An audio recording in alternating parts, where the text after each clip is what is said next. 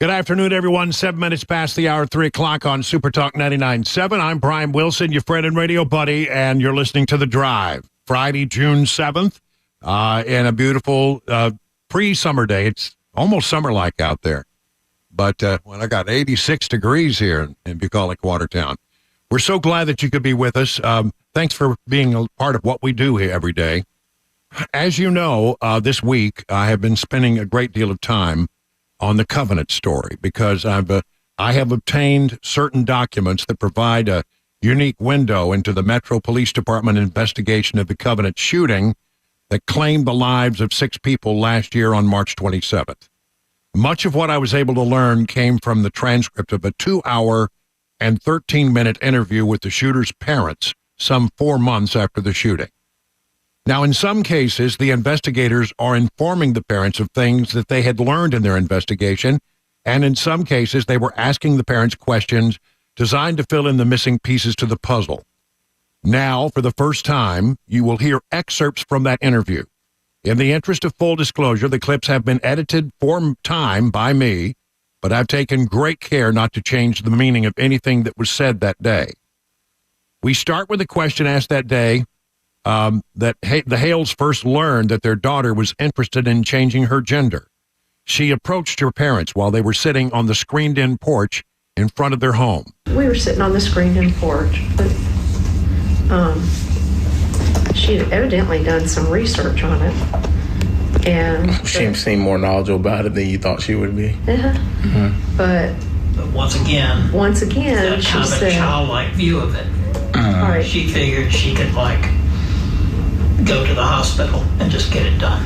Well, she said, well, I was just going to use y'all's health insurance cards. I was like, Audrey, you can't do that. You're over 25. Well, so you could tell she didn't know what was involved in it either. Right. She thought she could have an operation. So we had to give her education on that, but I was not gonna judge her because I didn't want to lose her, and I knew this really wasn't about that.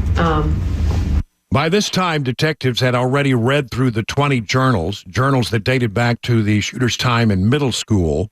They had already talked with many of the doctors and therapists who had treated the shooter over the years, and they had been told that at times the shooter fantasized about killing others. Did she have homicidal ideations ever? Did she ever express to you guys about having thoughts of homicide? Did any of the treatment she went through, any of the therapists, if you're able to say so, did they ever express to you guys that she was having homicidal ideations or anything like that? None of her therapists ever felt that they had a duty to warn anybody. I don't think only when she had suicidal ideation they had her well-being. Right, but I saw some things to where she felt close to like she did the Columbine tapes. So she saw the documentary for the Columbine shooting, and she said something along the lines of how she felt close to them, how she could empathize with them and how they felt. And she went and bought the tapes and the books. So I was curious if you guys ever heard about this. Did they ever mention, if she ever mentioned these things to you guys at all? It was in her writings? She was speaking with a physician or a therapist or someone and said those things. I believe that she bought them off Amazon. She went to talk to the guy, she talked to him by herself, then I would talk to him. In the situation where she bought the Columbine tapes and the books and things of that nature, I think it must have been at Vanderbilt because after they were speaking with you. So I don't know if you were there with them or if it was she said that to them and then talked to you after is what we kind of assumed. I didn't know anything. They didn't tell us about That's kind of what I figured. You guys knew about her journals or you didn't? Or? Sure I knew. Did you know the sheer amount of journals that she had? No. I was wondering if you guys ever saw her writing or knew that. Yeah, okay. I saw her writing. Okay. Okay, that's because there were a lot of things in there that I'm certain you guys have no clue about to begin with. I never read any of them. Right, and I just didn't know if she expressed. It's just kind of like the thing we have to ask just because. Well, the thing is, I just figured this is part of the therapeutics. Oh, I see. So I thought this was part of the therapeutic process. This was part of her therapy. I never had any desire to go in and read or do. That was just part of how she was doing her therapy. And one of the homicidal ideations that she had written about was about killing her father. One of the things that her plan, she had a schedule. On one schedule, she wanted to wake up early in the morning to slash Dad's tires before the incident happened. She wanted to create a diversion after the incident to make it out of the school, to come back and harm Dad, to, I believe, kill you, is what she... We'll be open. She wanted to kill you. And she had wrote about it on more than one occasion. To get even more sensitive about it, she had incidents to where she would record herself and just talk in front of a camera for hours and hours or multiple times in her bedroom. We can hear people in the house. There was times where she would walk out of the room and record herself, and like you would be in a chair, and she would come up behind you and like act like she was gonna harm you, and then go back to her room. She did things on more than one occasion to allude that she had rage towards you or anger towards you and wanted to harm you. There was just it was just a large amount of anger towards you. When you're reading it, you feel like there has to be something there because there was so much, particularly towards her father. And we may never know why. We understand that as investigators, and we're just trying to determine a source of the hatred and a source of the rage, ultimately towards you, Mr. Hale, and then that turning into what occurred. Never any kind of rage or any, I was like, I mean, I'd correct her sometimes, like, Audrey, that's inappropriate. Mr. Hale, we're not saying any of this is your fault. We're not trying to say... Again, we're not trying to blame you or anyone else. It's just, this is what we saw, and we wanted to lay it in front of you. It turned out that her mother was the last family member to see her on the day of the heinous attack.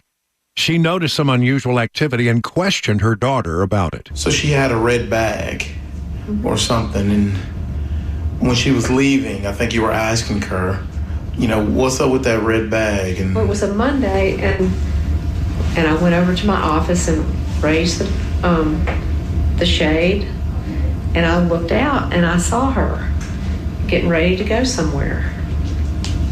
And I saw her putting a duffel bag in the back of her car, so I questioned her about it. Mm-hmm. Well, how did she sing when you talked to her that day? Did you ever actually speak with her face-to-face before you left? How did she sing? I said, Audrey, what are you doing? Mm-hmm. I'm going to Nikki's, Mom. Mm-hmm. And I said, well, what was that duffel bag?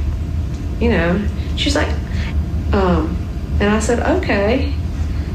And then she went down the basement to get something. I said, what are you going down? Because she didn't like the basement. There's, sometimes there might be a spider down there. Mm-hmm. And her last words to me, really, Mom? Because I was asking her a question. Mm-hmm. Did you talk to her that day, Mr. Hale? No, sir. Why do you think she went to Covenant?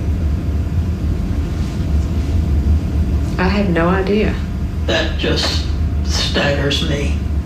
I have no idea why she would do that. At Covenant. And this has kind of been out there in the media. We talked about she had other plans. She had actually originally planned to do this, and the pandemic stopped her. Mm-hmm. This was planned several years prior as well.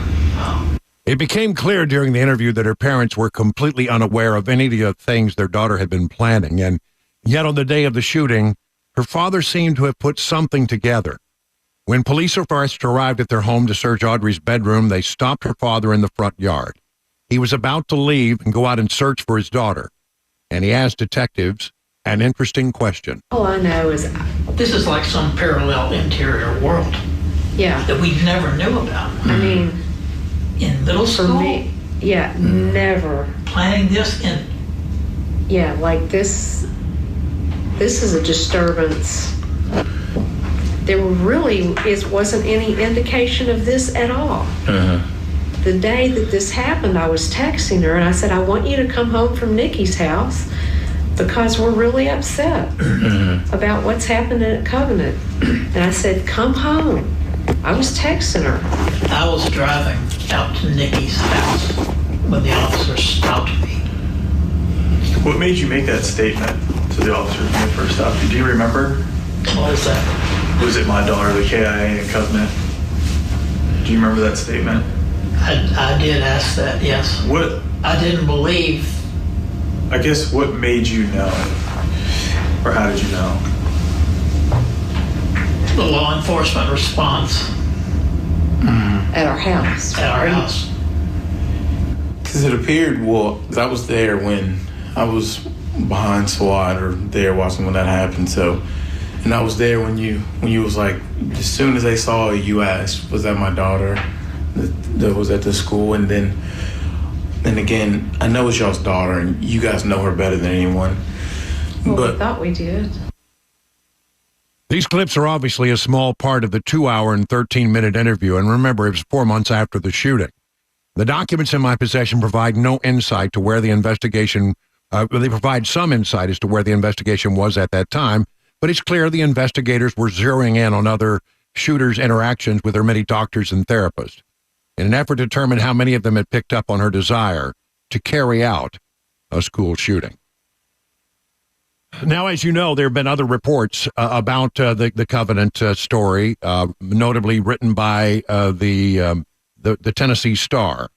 And they add a little context to some of the things that I've been reporting as well. From the Tennessee Star, Metro Nashville Police Department learned Covenant school shooter Audrey Elizabeth Hale was a 22-year patient of mental health professionals at Vanderbilt University Medical Center. As of March 27, 2023, the day she orchestrated her devastating attack that claimed the lives of 3 9-year-old students and 3 adults who worked at the school. The Metro Nashville Police Department has obtained a folder with Hale's partial medical history. They found it while searching her parents' home, then revealed that Haley's mother advised detectives that Audrey Hale was receiving psychological treatment at Vanderbilt Hospital and had been for some time. According to an affidavit, when detectives processed the folder containing Audrey Hale's medical records, it was clear Audrey Hale had been receiving psychological treatment from Vanderbilt Psychiatric Hospital since 2001. Later in the affidavit, it is implied that Hale had been receiving treatment when she was just 6 years old. The detectives also raised the possibility that Hale confided her violent fantasies or plans to a therapist or a psychologist. In the affidavit, the detective wrote he believes there is a strong possibility that Audrey Hale confided to a Vanderbilt Psychiatric Hospital staff member since she had been receiving care there since 2001. Another story, the shooter claimed to call Suicide Prevention Helpline 5 times and denied being bipolar. The Tennessee Star in this report confirms they have about 80 pages of Hale's writing from her journal, which were obtained from a source close to the Covenant investigation. On January 16, 2023, Hale expressed concerns about losing her possessions after her death. A graduate of the Nassau College of Art and Design in Nashville, Hale on at least 2 occasions wrote about being scammed online in business transactions. That made her very angry, we have learned. There is more to draw from this. She wrote about her mental state. I've been anxious all last week, all today, stressed that I'm told I'm bipolar. She continued, no one gets me. Everyone misunderstands autism, before adding later, I'm not bipolar. I'm a gay person with no lover. Elsewhere in the January entry, Hale wrote that she would hate to leave her animals, which is an apparent reference to her stuffed animals. She used them at times to explore sexual fantasies, she wrote in her journals. A lot of this is very dark, and a lot of this is very sad. But we decided to go forward with these reports, I think, because we feel like the public has a right to know. It was a story of great import, and in fact, the governor of the state and many of our state legislators and others have been on record as saying they would like to know more about this case so that they can go forward and try to address some of the things that might have prevented it, to bring on new laws and new regulations. And so for that reason, we have decided to go forward with these reports. It is now 22 minutes past the hour of 3 o'clock.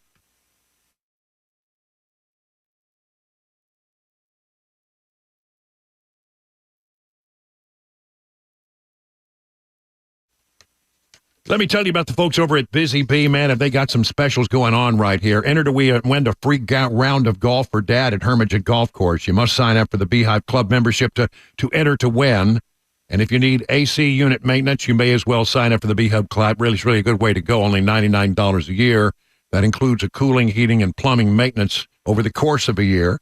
Deadline to enter is June 15th, when it will be announced on June 17th. They've got special deals going on. In the plumbing section, you can get $500 off select tankless water heaters, $500 off an upright S&C water heater, 15% off a whole home drain repipe. Your repair of your AC service, well, they will waive the $89 dispatch fee with repair work, 10% off all indoor air quality products. And when it comes to plumbing, you can get a $99 drain video inspection or a $79 water heater flush. Just give them a call at Busy Bee, Plumbing, Heating, and Cooling. You know the number, 775-7833. That's 615-775-7833. Online at busybhvac.com. The guaranteed offer is the easiest way to sell your home. It's really simple. We bring you an all-cash offer. You close in as little as 21 days. No home inspections, no lock boxes, no open houses. Go to markspain.com to get a guaranteed offer and start packing.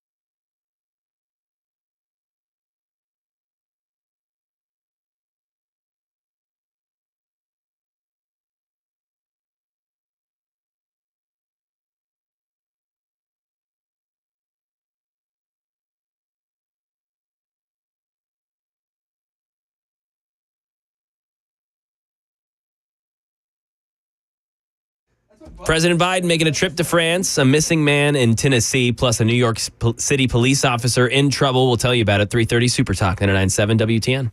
27 minutes now past the hour of 3 o'clock on a beautiful day, spring day. And it's not going to be long before we get to summer. The first day of summer is just around the corner. And that will be the longest day of the year. And then they start getting shorter after that. Sad. The longest day of the year, any time of year, is when you have those unwanted family members visiting. That's the longest day of the year. You have something you want to share? No, I'm just brought back bad memories, that's all. Okay. Let's look at the economy. We had some major reports came out today. Hiring and wages are up. And the one way to look at that is that the economy is resilient. The other way to look at it is the unemployment rate ticked up to 4%. So the question is, what does this mean for interest rates going forward? Because, everybody wants to get back to lower interest rates. And to do that, the economy has to do poorly. So, unemployment rate is up, and that, I guess, from that standpoint is bad news, but good news with concern to rates. But then when you see how hot the economy is with hiring and wages up in a big way, then it sort of goes across. I don't know exactly how this is going to play out. But at the end of the hour, of course, we do our market report, and John Maxson, I'm certain, will have some insights to all of that. I have a piece of tape here. This is Jared Bernstein, one of the president's economic advisors. You see, it turns out that Joe Biden keeps saying things that are not true about the economy. He keeps talking about how when he came into office, inflation was at 9%, and that's not true. It was at 1.4%, and it went up to 9% during his time in office. And so they were trying to talk over at Fox Business up to Jared Bernstein to try to figure out why the president keeps saying something that is just factually incorrect. I think inflation has gone slightly up. It was at 9% when I came in, and it's now down around 3%. The president continues to claim that it's down from when he took office, and it's just not. I mean, the Washington Post gave that 4 Pinocchios. It was actually at 1.4% when Biden took office. So why do we see this administration continue to make those claims when really inflation is still almost double what it was when he took office? Well, certainly the president knows the numbers you just said. What he was talking about there was, yes, when he got here, inflation was, as you said, but at the end of that year, by the way, it was about 7%, headed for 9%. And so what he was talking about there is that the forces were clearly in place. And by the way, this was pandemic-era inflation. Pandemic-era inflation, he says. All right, here's sign of how Bidenomics is working out for some people. We've been telling you about the plight of Red Lobster. You know, the place where our old people go to eat at 4:30 in the afternoon, and they love them cheesy biscuits. I love those biscuits. They're all right. No, I think they're pretty good. But they've had to already close down 93 of their 700 locations around the country. Can you believe there's 700 Red Lobsters in America? It's a lot of lobsters. That's a lot of lobster. But they have filed for Chapter 11 bankruptcy, and now apparently they are on the verge of announcing that another 135 locations will be closing due to expensive leases. The company reportedly filed for bankruptcy while having $300 million in debt. Wow. Blaming its poor financial situation on inflation, failed promotions such as the $20 all-you-can-eat shrimp deal. That didn't go so well. Apparently, people can eat a lot of shrimp for $20. You say it's all you can eat. Some people take it as a challenge. Well, that's right. I mean, that's what I do when I go. I haven't been to Red Lobster in a while, but if I went to an all-you-can-eat place, I say, all right. I'll make that bet. I'll take you up on that. Let's see how far I can go. Apparently, a lot of people did that. A lot of big shrimp eaters in America. Seems clear. Their 22-year-old lease at the iconic Times Square location in New York is reportedly being doubled. Cost them $2.2 million a year to have that location. I can understand needing to close that one down. While the company is attempting to hold on to the long-standing locations that they only have a few weeks to agree to the new lease before they can set to begin on June 30th.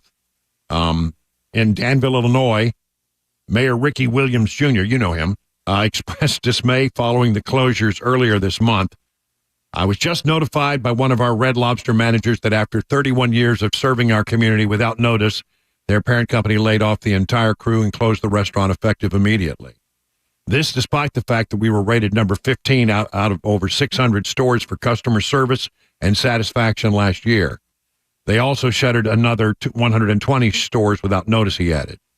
Well, people, especially in a small town or a small community, you got a Red Lobster, you're happy to have that as a dining option. You may not go there often, but you might go there several times a year. And when you lose something like that, especially in a small town, you look around and say, wow, now my options are a lot more limited. Red Lobster, it's been a tradition and I would say the butt of a few jokes over the years. It's time for the news at 3:30.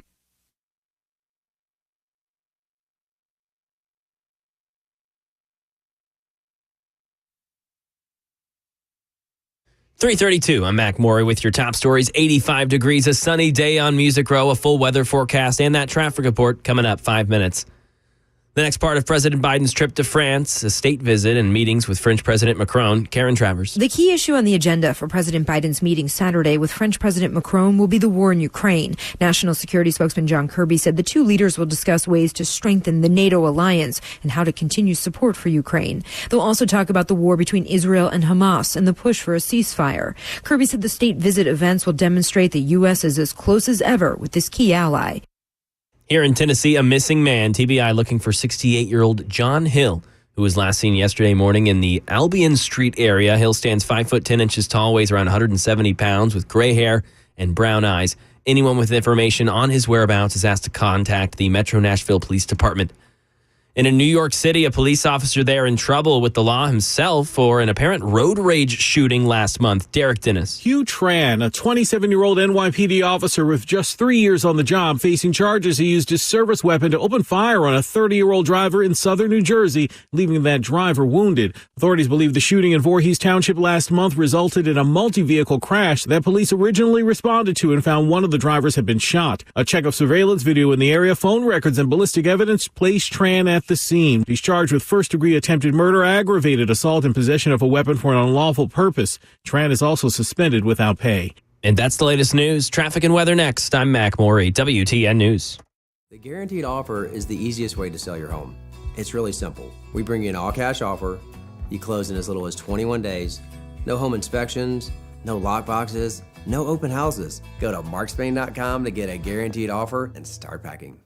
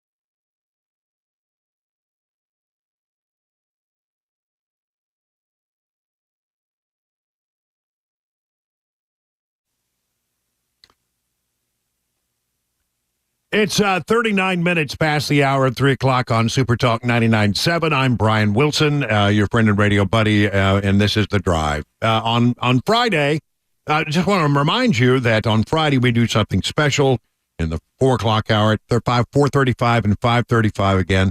We do something called Phone Your Farb Friday. And it's your chance to get on our 100,000 watt soapbox and express yourself within boundaries because it is a family show. And so, we really want you to come prepared and to have your thoughts all out, and you think about them. You don't just get out there and shoot from the hip. Jot them down if you need to. Yeah, jot them down. You don't want to shoot from the, I guess better to say, shoot from the lip. I like that. Yeah, we don't want that. We want you to, be cogent. We want you to be conversational. We wanted you to be, I don't know. I'm trying to think of another C word.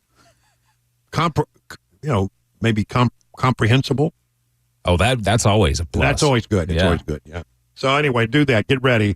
4:35 and 5:35. Now, we do compare the 4:35 and the 5:35. It's not really any kind of official competition, but we take note of who does better. Yeah, we still award a winner. Yeah, and a loser. And by the way, you don't win anything actually. Oh, of course not. No, because we don't have any budget for that. We that. save all the good stuff for ourselves. That's right. Hunter Biden trial is underway still in Delaware, and the prosecution has rested in the case. The Washington Examiner says that the prosecutors have put on a lot of overwhelming evidence, led by David Weiss, included questioning 10 witnesses over 4 days, presenting pages of text messages, emails, and receipts. It also featured Biden's own voice reading from his memoir about overcoming drug addiction. Biden is facing charges that he lied on a federal form about his drug use to purchase a revolver in 2018 and that he illegally possessed the gun for 11 days. The form asks, when you buy a gun, everybody knows this, you get asked the question, are you an unlawful user of or addicted to controlled substances? And Judge Mary Ellen Noriega, who is presiding over the case, ruled that the language on the form meant prosecutors did not have to prove Biden was using drugs on the exact day he filled out the form. Prosecutors presented ample evidence of Biden's drug use around the general time of the purchase, including 2 ex-girlfriends who testified that they witnessed him doing crack cocaine repeatedly in 2018, including September of 2018. They entered into evidence text messages of Biden's texting one of them, Hallie Biden, the widow of his late brother, about how he was waiting for a dealer named Mookie and that he was sleeping on a car smoking crack within 2 days of purchasing the gun. She also testified that when she found the gun in the truck, she found crack cocaine residue and drug paraphernalia in it. First Son's defense team sought to paint Hallie Biden's memory as hazy, pointing out there were certain details about times and sequences of events she could not recall. His attorney, Abby Lowell, established that the pair's relationship was intense and complicated, and under cross-examination, she testified that he sometimes lied to her, undermining the credibility of his communication with her. By the way, this is sort of interesting. Hunter Biden's gun trial judge, Judge Mary Ellen Noriega, recently delivered a 1-year sentence to a defendant on a similar gun charge. The case could be a window into how Noriega might sentence Hunter if a jury finds him guilty of gun violations. Hunter is charged with 1 count of false statements in the purchase of a firearm, 1 count of possession of a firearm by a person who is an unlawful user of addicted to controlled substance, 1 count of false statements released to information required to be kept by the federal firearms license dealer. So again, Noriega earlier sentenced a man by the name of Ji Dong for lying on government forms about his address when he bought guns at a Delaware gun store in May of 2024. Dong, who pleaded guilty, admitted to living in Maryland while claiming to live in Delaware. And by the way, I can understand what he was trying to do there because it's hard to buy a gun in Maryland. Dong apparently drove the purchased guns to California to a gun store, which is indicative of trafficking firearms. The defense asked for a 6-month sentence, but Noriega gave Dong 1 year. When you see a judge who's willing to basically double the sentencing recommendation of the prosecution, then that's a little bit concerning, obviously, for any defense attorney. Will Hunter Biden take the stand? That is a great question. Hunter Biden's attorney will decide whether to call him to the stand After the fifth day in his federal gun crime trial concluded Friday, prosecutors called their final two witnesses. Defense attorneys have called three witnesses, including Naomi Biden. There have been questions about whether or not he would actually take the stand. And it seems that that is a distinct possibility. The way they've been talking about it, it seems like it's something that they are at least considering. It will be interesting to see whether or not they do that. And then there is this really remarkable, truly remarkable piece of information about his stepmom, Jill Biden, the president's wife. Now, if you recall, in the early days of the trial, the first few days, Jill Biden was there. She made a very pointed effort to be there and sit on the front row where everybody could see her, as I think what the family would consider a sign of support, but also to let I think the jury know that this is a Biden state and don't forget who we are. I think that was part of it. So she sat on the front row for 2 days, I think maybe even 3 days. And then when it came time, she had to leave and she flew to France to be with her husband for the D-Day commemoration, the 80th anniversary of D-Day.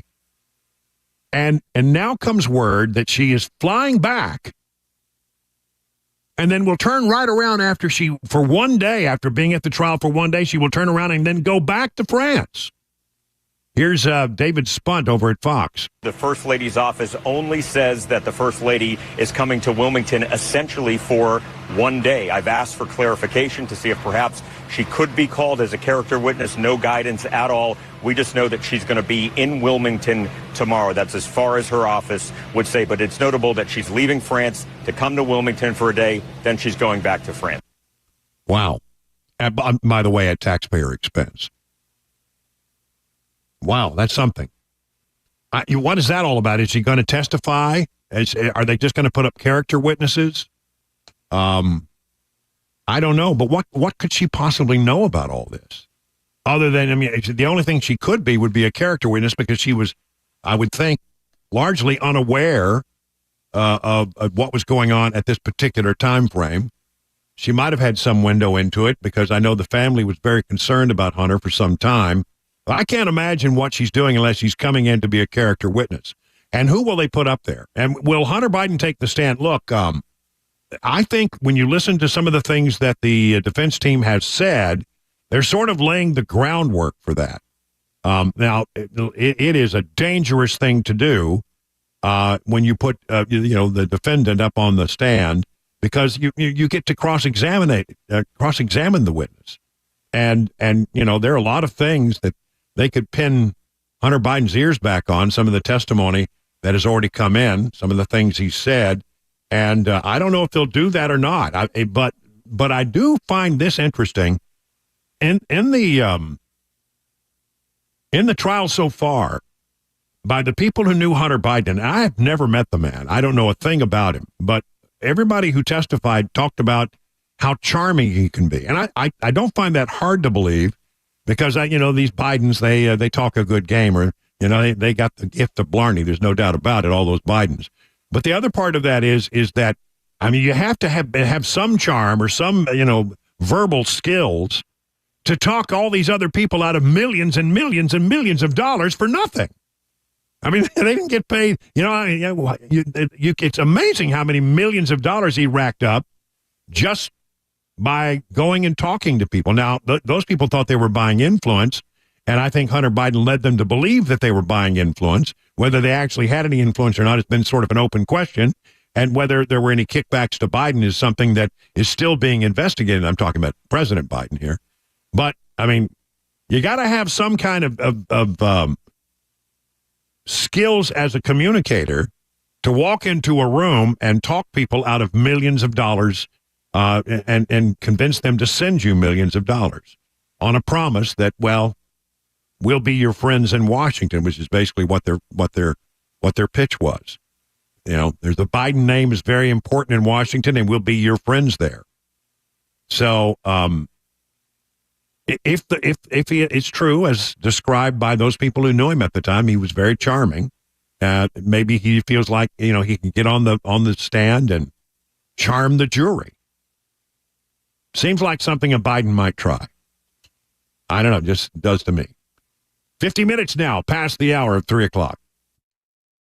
Hey, what's up, guys? This is Matt Murphy for Members Nutrition. I want to tell you about the Members Nutrition difference, and I want to encourage you to go over to the Members Nutrition website. Number one, they believe at Members Nutrition that they can sell vitamins and supplements at a lower cost point, and they're doing it every single day at membersnutrition.com. Number two, they want to make these products right here in the United States of America, not from some overseas company, and they do that every single day. I encourage you to go to membersnutrition.com. You'll get 50% off your purchase price at checkout. You don't have to put in any codes. Just go to membersnutrition.com. Once again, membersnutrition.com.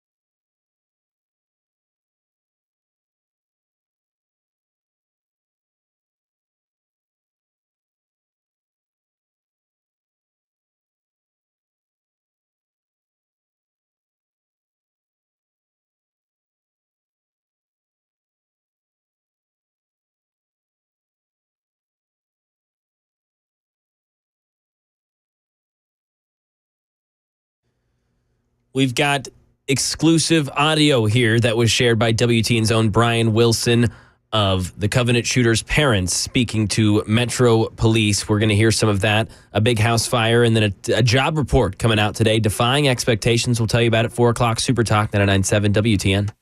It is 56 minutes past the hour, 3 o'clock on Super Talk 99.7. Time to check the markets. The Dow Jones Industrial down about 87. That's not a whole lot, but it's down. S&P down just barely 6 points. NASDAQ is down about 39 points. That, again, not very much. But the boards were all red today.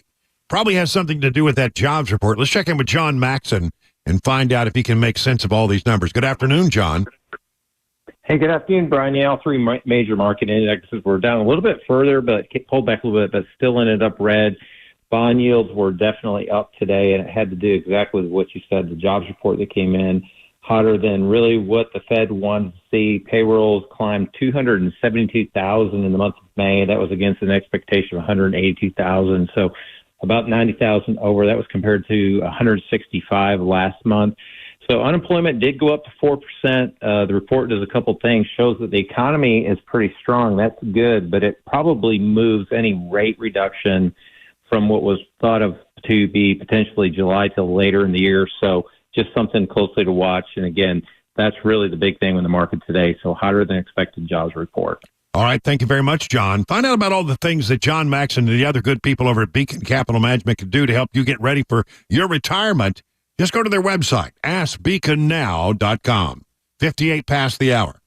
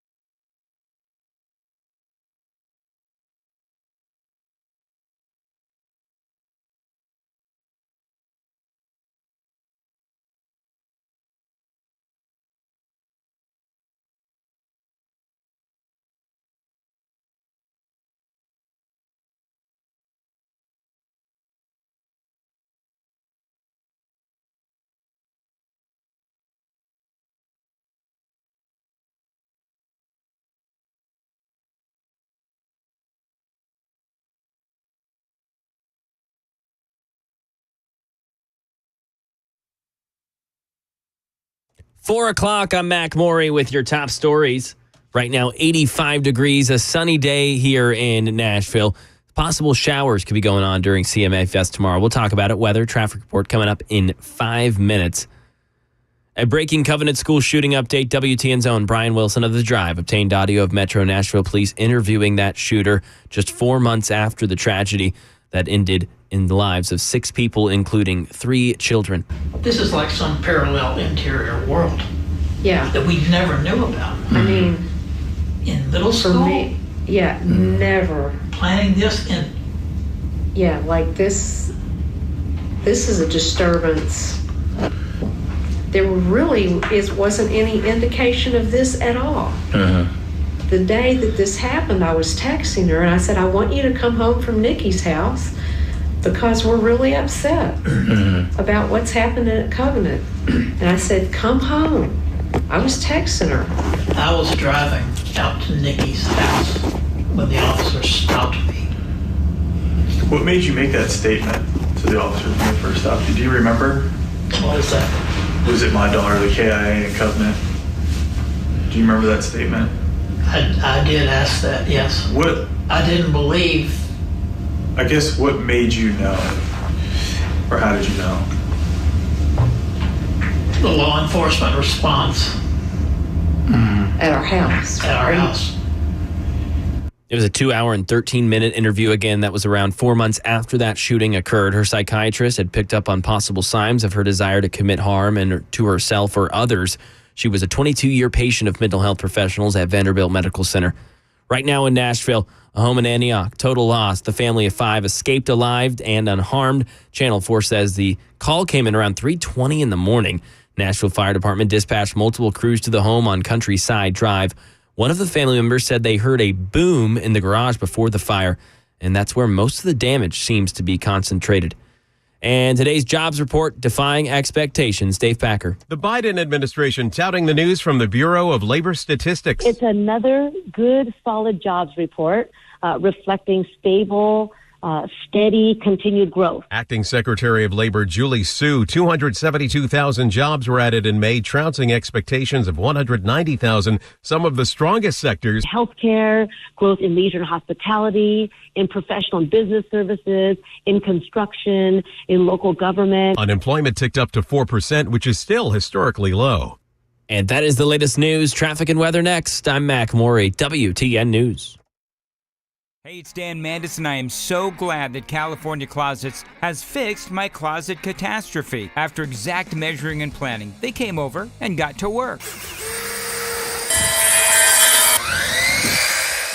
Yeah, once it was all plotted out on their 3D CAD system, the pieces are measured, cut, and precisely installed into my space. It was clean, fast, and professional, and above all, my new closets look and function great. Now, this was my dormer, and now this is my new dormer thanks to California Closets. Look at all of this added space for shirts and shoes, you name it, and it is cut so precisely, simply amazing. And my old closet that has now been reborn as the ultimate in style and functionability, making the best use of the space that I had. They can work on just about anything: bedrooms, garages, home offices, closets, pantries, and so much more. Find them online, CaliforniaClosets.com, and see what they can do for you. You can schedule a free design consultation. Mention my name, CaliforniaClosets.com.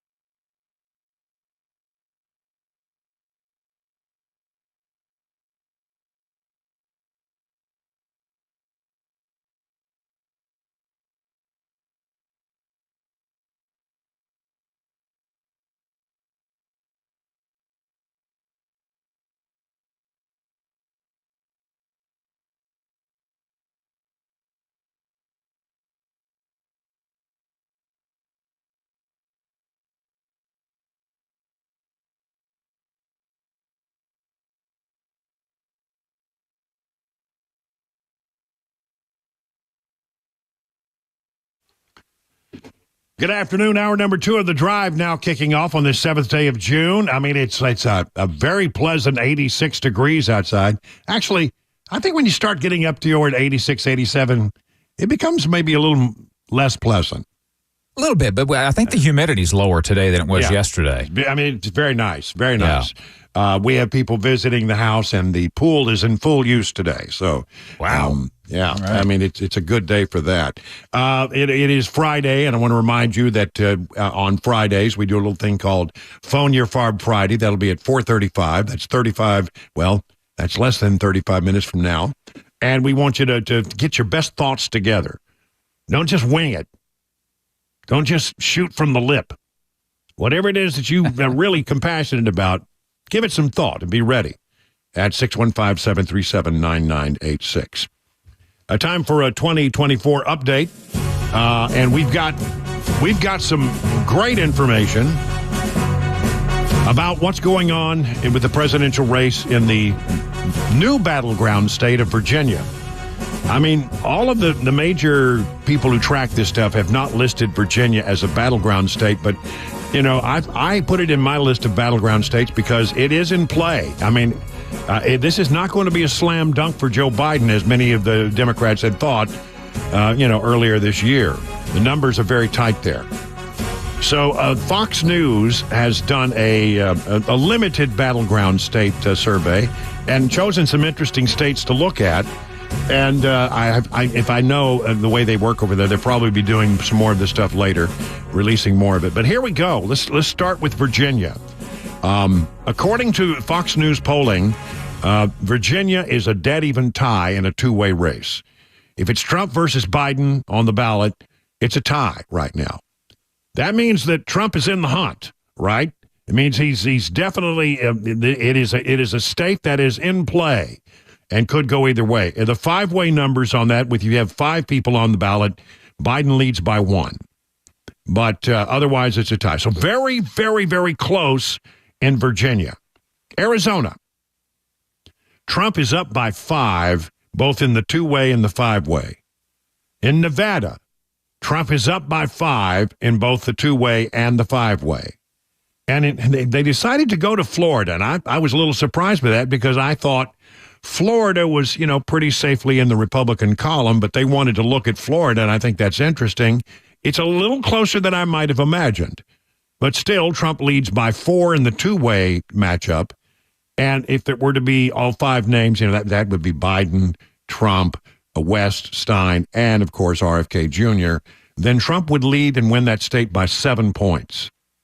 So that was some pretty interesting news. Getting back to Virginia, Virginia, according to townhall.com, may no longer be an easy win for Joe Biden.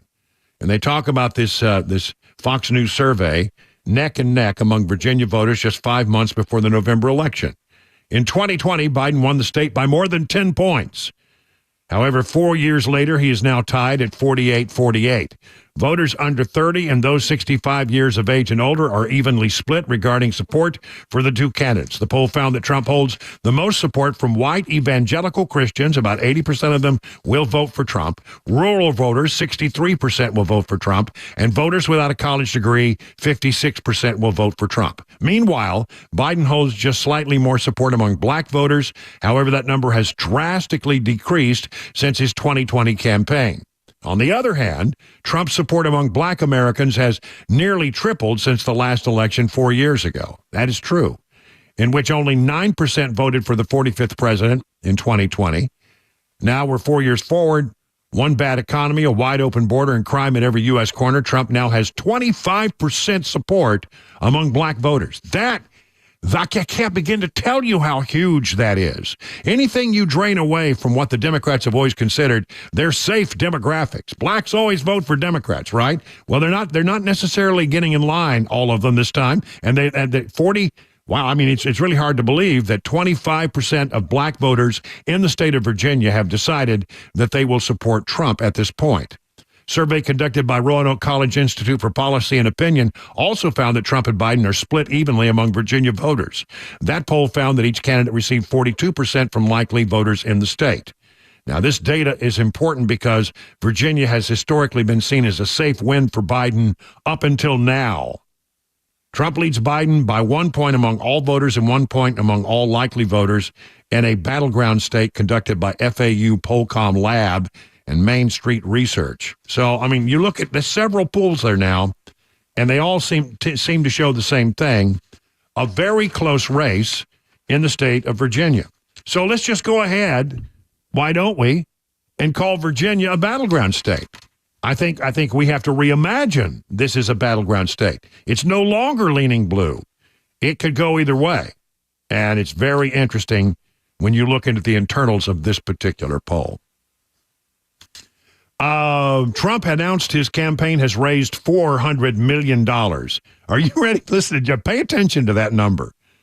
Trump announces his campaign has raised $400 million since the conviction the other day. Thank you, Alvin Bragg. I mean, come on. First of all, I'm not worried about the conviction at all. I think that there is a ton of reversible error, and if you can get into a fair court, that thing will be overturned, even if it has to go to the Supreme Court. But I got to tell you, I'm not worried at all about it. There's nothing that indicates that the conviction that had taken place where Trump was found guilty of 34 charges of doing shady things with business documents, that hasn't hurt him one iota. I can't find any evidence that the numbers have been impacted by that. I mean, nothing. And I've looked hard to see if there's any sign. I don't see it. And he's raised $400 million. Now, remember, Democrats had been outraising Republicans in a huge way. It was their big advantage. They had a huge money advantage. But post-conviction, I don't think that's true anymore. I think that Trump is doing just fine in raising money, and people are deciding that they don't like that verdict. They think that verdict is unfair, and many Americans are putting their money where their mouth is. Speaking at a Turning Point action event on Thursday evening, 2024 GOP presumptive nominee Donald Trump announced that his campaign has raised nearly $400 million since his conviction. I just went through a rigged trial in New York with a highly conflicted, and I mean highly conflicted judge, where there was no crime. They didn't want to bring the case. They could have brought the case 7 years ago. It's only when you run for office that they bring cases. He said that he was beating Biden, by the way, by a lot, adding that right after the announcement of this, more campaign funds were given to this campaign than any campaign they think in the history, almost $400 million. Wow. See, this is... The guy is like, you hear me say it all the time. He's really, he's the Teflon Don. He's Obi-Don Kenobi. If you strike me down, I shall become more powerful than you can possibly imagine. You keep trying to go after him. And he just bounces back stronger than before. You would think the Democrats would have figured this out by now. And it may be why they're not deciding to push really, really hard to get these other trials up and running before the election. I think they realize it's not working to their advantage. Believe me, they do focus groups. They do daily polls. They have a lot of internal information coming into the various campaigns about where people are, and they bound to have picked up on this.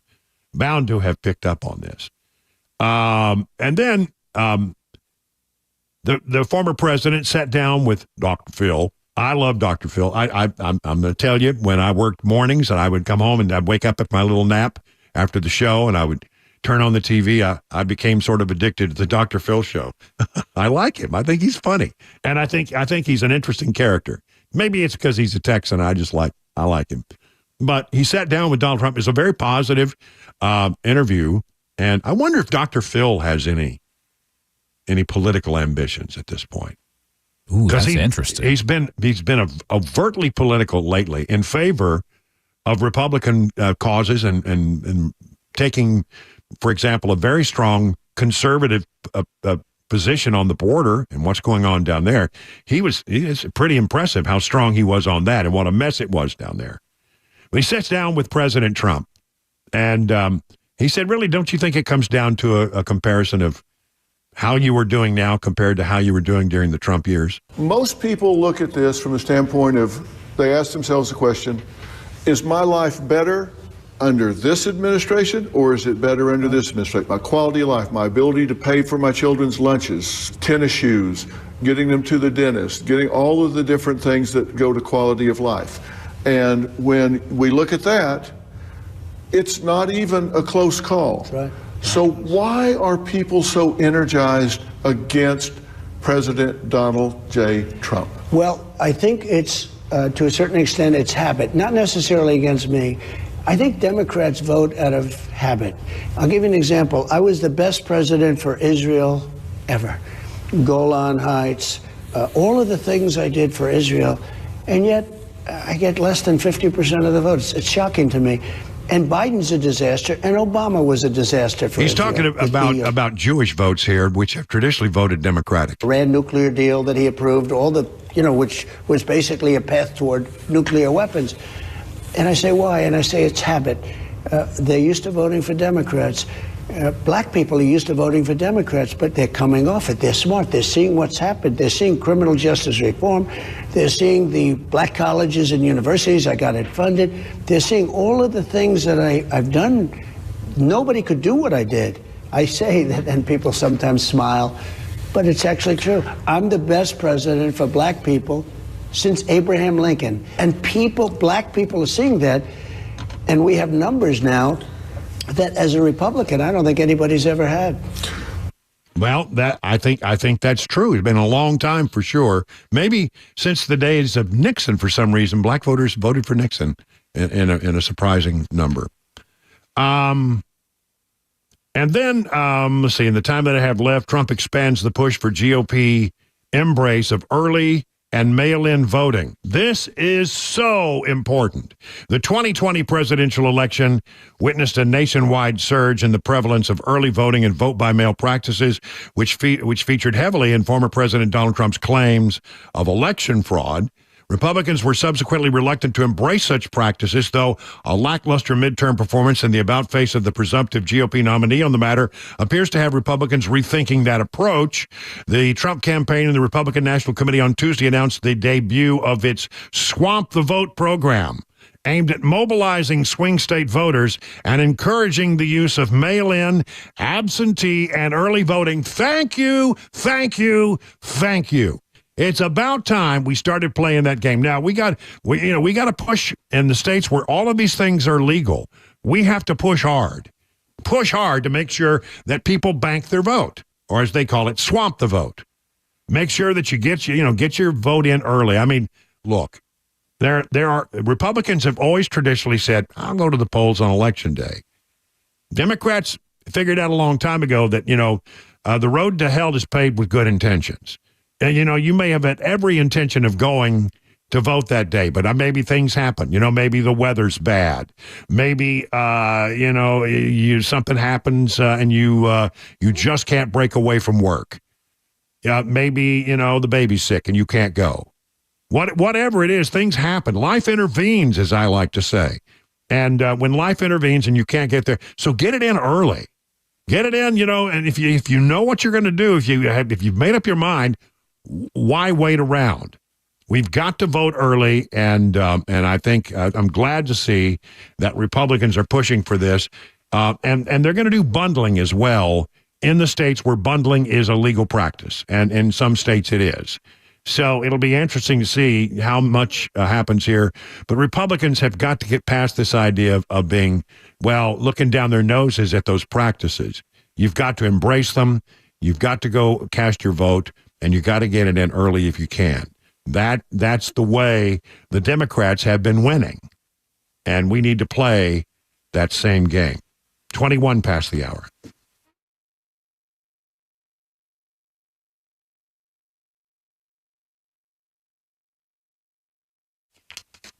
Let me tell you about the folks over at Stoltz Co. If you're in the market for a pole barn, the two brothers that run Stoltz Co.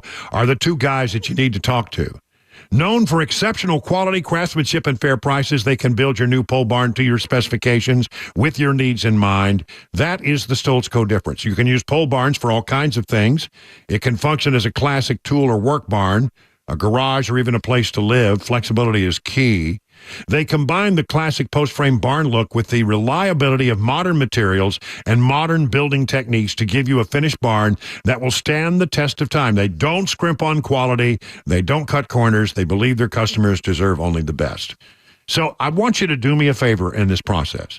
Just go to their website, stoltzco.com, STOLTZCO.com. Take a look at some of the projects that they have done for other people, and you'll instantly get it. And I think you're going to want to call. Here's the number, 615-622-5992. Stoltzco, where quality workmanship and great customer service is affordable. Learn more at stoltzco.com. What's that again? It's stoltzco.com. Hey, it's Dan Mandis, and I am so glad that California Closets has fixed my closet catastrophe. After exact measuring and planning, they came over and got to work. Yeah, once it was all plotted out on their 3D CAD system, the pieces are measured, cut, and precisely installed into my space. It was clean, fast, and professional, and above all, my new closets look and function great. Now, this was my dormer, and now this is my new dormer thanks to California Closets. Look at all of this added space for shirts and shoes, you name it, and it is cut so precisely, simply amazing. And my old closet that has now been reborn as the ultimate in style and functionability, making the best use of the space that I had. They can work on just about anything: bedrooms, garages, home offices, closets, pantries, and so much more. Find them online, CaliforniaClosets.com, and see what they can do for you. You can schedule a free design consultation. Mention my name, CaliforniaClosets.com.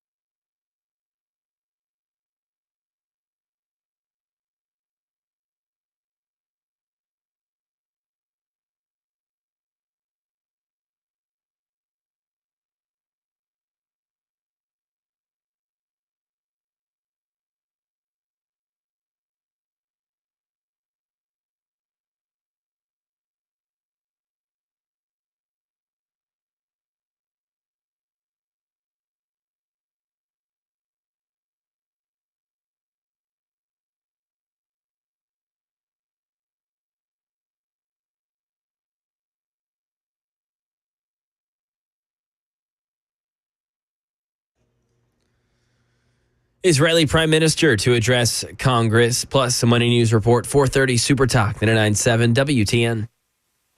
25 minutes past the hour, 4 o'clock on Super Talk 99.7. A television milestone here today. If you're a fan of the show, well, you have it ready there, Chris, called Wheel of Fortune.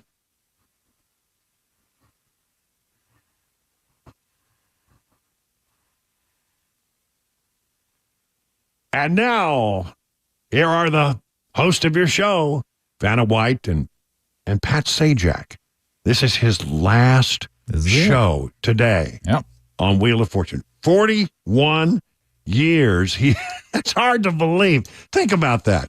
He's been doing the same job for 41 years and is still relatively sane as far as we can tell. I don't know at times.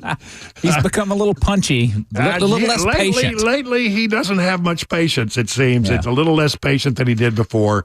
But I mean, I would imagine that doing that job and going through the same. The format hasn't changed at all, really, in 41 years. It's the same show, basically. Minor changes here, minor changes there. But I mean, doing this day in and day out. I bet he can solve puzzles like that. I bet he looks up and instantly knows because he's been playing the game, along with them.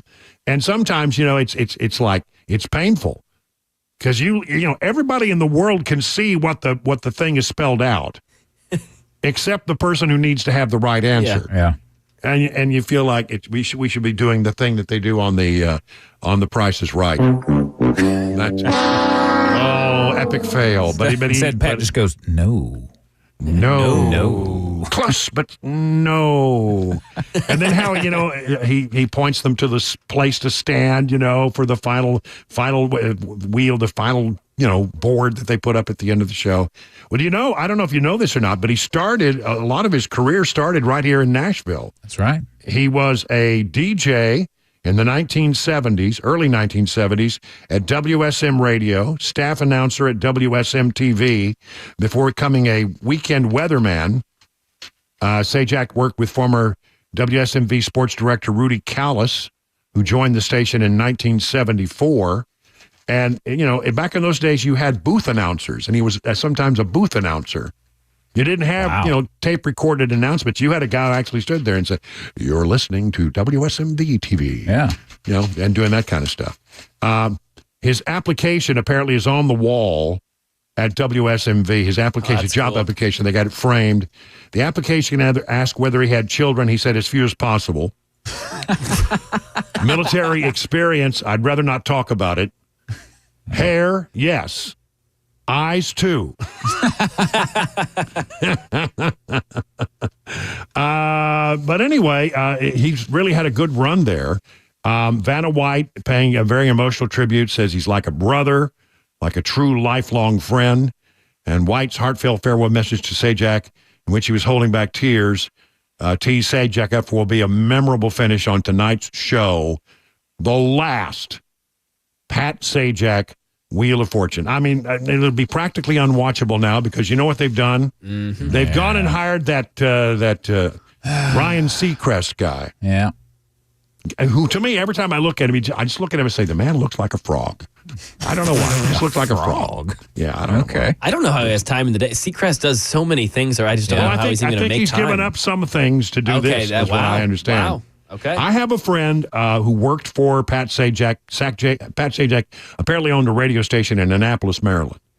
And he worked for him and said, every once in a while, Sajak would come in. He said, I never met him. I never met him one time in all those years that I worked for his company. But we had him on our morning show in D.C. one time, and my co-host said, I used to work for you. Oh, really?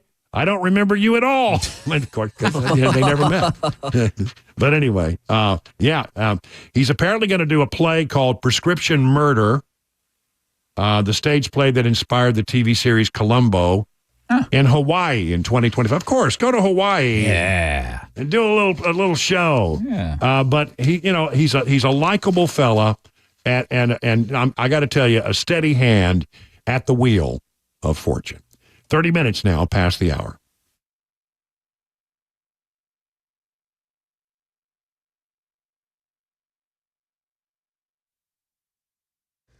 .430, Mac Maury with your top stories. 85 degrees, a sunny day in Nashville. Full forecast and traffic in 5 minutes.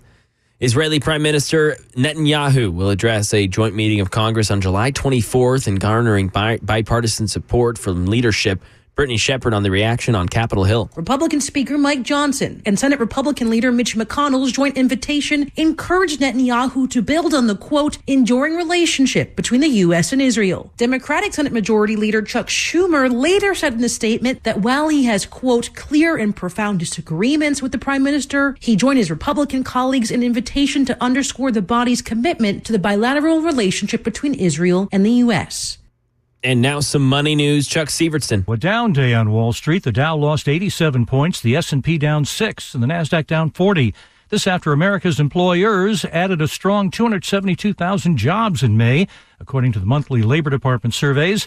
That's more than April and a sign that companies are still confident enough in the economy to keep hiring despite persistently high interest rates. But the report suggests markets may have to wait even longer for interest rate cuts from the Federal Reserve.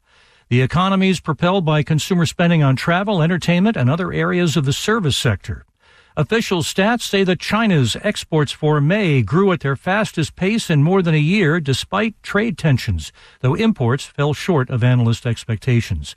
Kia recalling nearly 463,000 Telluride SUVs, urging owners to park their cars outside away from structures they have to fix a fire hazard. Front power seat motor may overheat because of a stuck slide knob. And that is the latest news. Traffic and weather next. I'm Mac Morey, WTN News. Hey, it's Dan Mandis, and I am so glad that California Closets has fixed my closet catastrophe. After exact measuring and planning, they came over and got to work. Yeah, once it was all plotted out on their 3D CAD system, the pieces are measured, cut, and precisely installed into my space. It was clean, fast, and professional, and above all, my new closets look and function great. Now, this was my dormer, and now this is my new dormer thanks to California Closets. Look at all of this added space for shirts and shoes, you name it, and it is cut so precisely, simply amazing. And my old closet that has now been reborn as the ultimate in style and functionability, making the best use of the space that I had. They can work on just about anything: bedrooms, garages, home offices, closets, pantries, and so much more. Find them online, CaliforniaClosets.com, and see what they can do for you. You can schedule a free design consultation. Mention my name, CaliforniaClosets.com.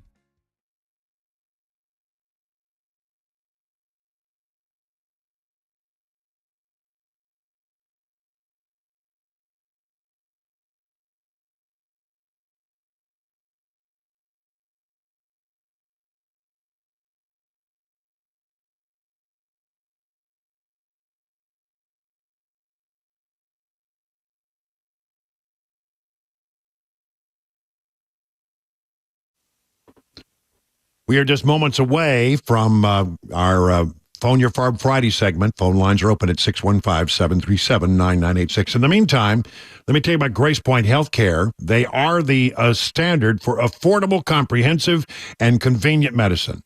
How does that work? Well, as a direct pay provider, your health care is delivered without the red tape of an insurer's guidelines. Smart Care plans make it even more affordable. Starting at $69 a month, you get free office visits and free basic labs for the entire year. Grace Point identifies and treats the root causes of a condition, not just the symptoms, utilizing a comprehensive, functional approach. And by usually seeing you the same day or the next day, you're treated at your convenience. Grace Point Healthcare. Affordable, comprehensive, and convenient medicine delivered the old-fashioned way. They're located, by the way, on Main Street in Franklin. And here's the number, 615-599-6868. That's 599-6868 to set up your appointment. The guaranteed offer is the easiest way to sell your home. It's really simple. We bring you an all-cash offer. You close in as little as 21 days. No home inspections, no lock boxes, no open houses. Go to markspain.com to get a guaranteed offer and start packing.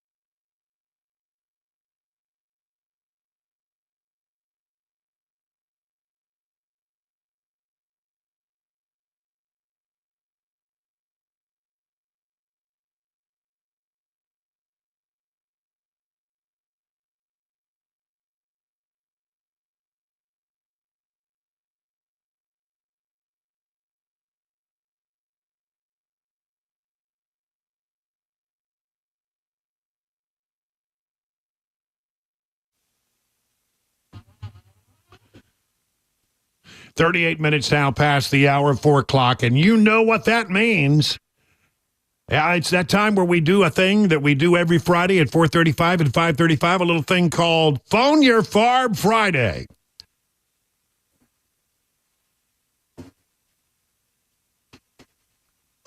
Yeah, what's on your mind? 615-737-9986. Time to get on the line and chew the fat with us, Maybe you've got a bee in your bonnet, a burr in your saddle, or maybe you've got a bug in a place where I hope you don't have a bug. Hey. They're June bugs now because the cicadas are gone, and they're everywhere. Maybe you want to step on our 100,000-watt platform and express yourself within boundaries because it is a family show. And please, even though we don't encourage any wagering on it, we do note the differences, and we compare the 4:35 to 5:35 hour to see who does better because, it means a lot to us. So, do your best in the 4 o'clock hour so that those 5 o'clock people don't beat you, all right?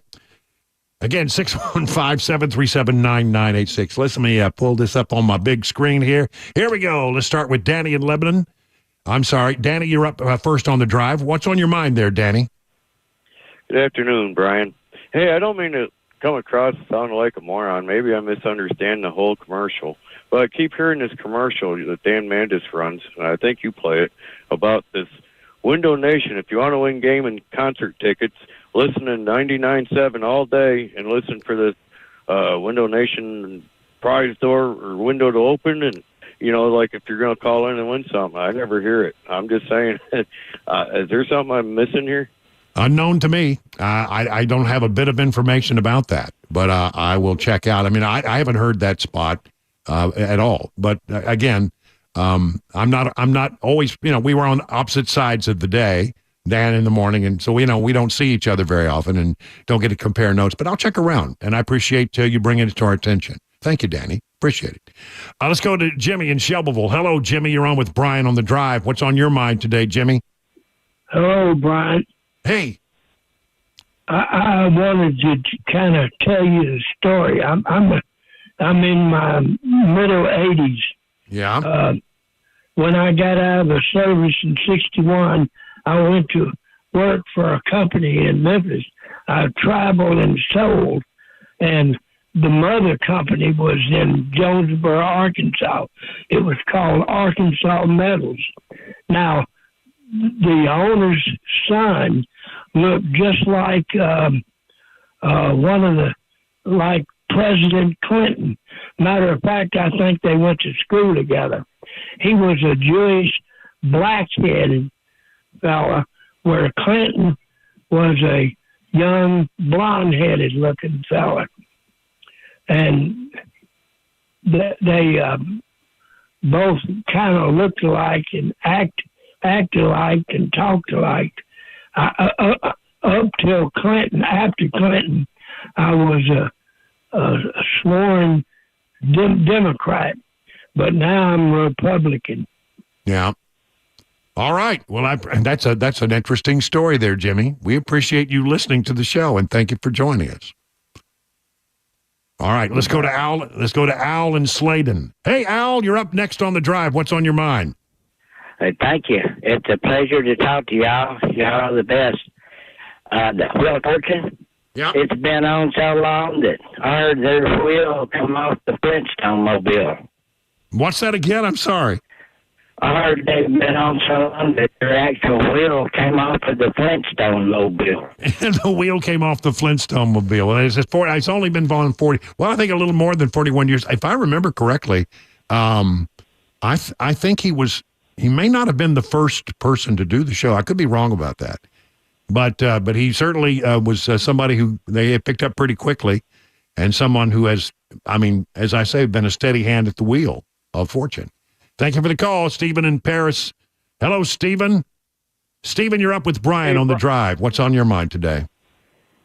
Hey, Brian. Hey, thanks. I called and talked to Chris earlier. I just wanted to get your thoughts on, it's getting close to the VP nominee for President Trump, and I know who I want, but I'm just wondering about you. Like, who do you want, or who do you think Trump is going to pick? Do you think he's already made his decision? He just hasn't announced it. And who do you think that? I would imagine he has a pretty good idea, but he may not. But I think he leaves things open. Things happen, and they impress him, and he's constantly rerunning the equation in his head. Who do you like, by the way? Yeah, I'm all over Vivek, man. At first, I was skeptical about him, but I've watched a lot of his interviews. I've watched a lot of his podcast shows, and every time that dude talks, he's like the golden child, man. And he's got it all laid out. He's an idealist. He's a self-made man. He's kind of like Trump. I think Trump has already decided he's going to choose him. I just don't think he's announced it, but I think that. Well, let me share some information with you that you may have missed on yesterday's show. When you become a vice presidential contender, at some point you have to submit a bunch of paperwork so they check into your background, they vet you, and there have been apparently 7 people who have been given the documents to begin that process. Now, Vivek is not one of them. Among those that are on the list, I think is Burgum, Vance of Ohio, Rubio of Florida, I think Tim Scott of Florida, and I forget there's one other one out there. But those are the names that apparently have received the documentation to begin the vetting process. I think Vivek is destined to be on the cabinet in a Trump presidency, but I don't think he's going to be the vice president. For me personally, of the people that I named who are on that list, I like Tim Scott a lot, but I have always been very impressed with Marco Rubio. He's a serious individual. He's as smart as a whip, and he can enunciate things in such a beautiful way. He's a very powerful communicator, and I sort of like the cut of his jib. In fact, I'll be honest with you, when he ran for president, he was the guy I sort of wanted. I liked Ted Cruz, but when Ted Cruz was running, I liked him, and it was Rubio and Cruz, and I looked at both of those guys, and I liked them both. I don't think Cruz is going to be a part of this. He wants to stay a senator, I think. But I don't think that Vivek is on the list. Let's see. Let's go to Ed in Smithville. Ed, you're on with Brian on the drive. What's on your mind today, Ed? Thank you. Last Friday, you were talking about children killing children and what was wrong with them, and did something change in their brain chemistry or what? And it occurs to me that back when we made a concerted effort in this country to expunge the 10 Commandments from all public buildings, especially schools, I remember reading that one of the judges made the comment that if they posted the 10 Commandments in a school, a student might read them and actually believe them. Yeah. And it occurred to me, gee, what a tragedy it would be. What a horrible thing that would have been, right? Yeah, I mean, come on. Yeah, like if a student read "Thou shalt not kill" and believed it, what a tragedy that would have been, right? I'd like to say that to the judge that said that. Yeah, I know, and I hope that we come full circle on some of this crazy stuff. And sometimes we do as a nation. I always say that the pendulum is always swinging in America from conservative to liberal and back. It's constantly changing, and my feeling is we're on the upswing of conservatism in America today. It's starting to happen, and maybe we can bring some sanity if we can just get into office and hold on to power for a little bit. We can bring some order to some of the disorder in this country. Let's see, Jim in Mount Juliet. Hello, Jim. Get Mac Morey attention because I think he wants to talk about Mac Morey. Wake up, Mac. I know you're a short timer over there. Wake up. Jim's on the line and he wants to say something about you. Don't wake him too harshly, okay? Let him sleep. It's his last day. Yeah. So what do you want to tell? What do you want to say to Mac Morey on his last day? Well, actually, I want to thank both of you for different reasons. First, I want to thank Mac for putting in a good service here, and I thank him for sticking with local radio. local radio is dying a slow death in this country. I grew up in Ohio where I had the benefit of two great, powerful stations in Columbus and Cincinnati with great personalities. And people don't realize the effect of a local personality on, I don't care if it's AM or FM. And to have him working in a local position like this and then going to one that, sure, it's a little bigger market, a little different slant, but it's still local radio. And I just hope that he doesn't eventually get grabbed away by the ESPN machine or somebody like that just chews them up, spits them out. Well, I'll tell you something. He's at the very launching point of I think will be a very vibrant career. And we're going to talk more with him about that in a moment when we do Mac Morey's Wide World of Sports. So we'll have a chance to say goodbye in an effective way. Yeah. And good riddance and all that. Hey, thanks for that call, Jim. We love Mac, and we're going to miss him. Yeah. We really are. And we're happy for him, but we're going to be sad. Let's go to Erwin. Erwin in Nashville. Hello, Erwin. You're on with Brian on the Drive. What's on your mind today? Well, a couple of things. It's one thing about Vanna, the other thing about Pat Sajak. Okay. Hopefully you understand me. Pat Sajak, nepotism, maybe not a right word, but favoritism, definitely it's a right word. He hired his daughter, Maggie, to handle the social media. This is not fair. He's showing a favoritism. He should have given a chance to, indiscriminately. That's so one. You think he's biased? He's gaming the system for his own personal advantage. I mean, you could see that favoritism. Yes. All right. What else? Number two, as far as Vanna White, last night I couldn't recognize her because she was on TV talking about the last thing. And she didn't have makeup on. I could not recognize her without makeup on. She had wrinkles all over her face. But nevertheless, Vanna White, she's my favorite. I'm going to miss both of them. Yeah, all right. Stay around. Even if he does show favoritism to his daughter. All right, Erwin, thank you so much for the call. Well, that was an eclectic group of calls, wasn't it? I think I will go on record as saying of all the Phone Your Farb Fridays we've done, that one is the most eclectic. Covered a lot of ground there. Covered a lot of different ground there. And so we will try this again at 5:35. You don't want to miss that edition of Phone Your Farb Friday. Right now, 50 minutes past the hour.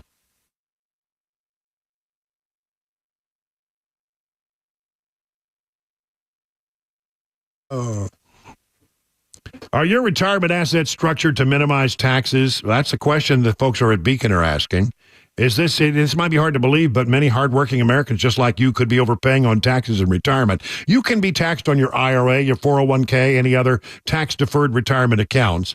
Beacon Capital Management is here to give you peace of mind. And with the threat of massive tax increases on the horizon, your nest egg could be in trouble unless you take advantage of defensive tax-saving strategies now. Defend your hard-earned retirement savings by scheduling a free retirement tax reduction analysis today. There is no cost, no pressure, no obligation. If you've saved more than $250,000 for retirement, don't wait any longer. Schedule your free retirement tax reduction analysis from Beacon.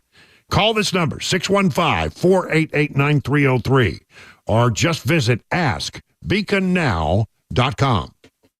Populations of animals. I mean, think about the white-tailed deer and how when Ed started, and maybe even before Ed a little bit, they started, working to bring these populations back. And now we have these sustainable populations that we can hunt. Yeah. The story of the eastern wild turkey and what's happening with turkeys. So I would consider all these things great successes. The conservation efforts that have been worked on by the personnel for years, I would think that it's a great success story for our state.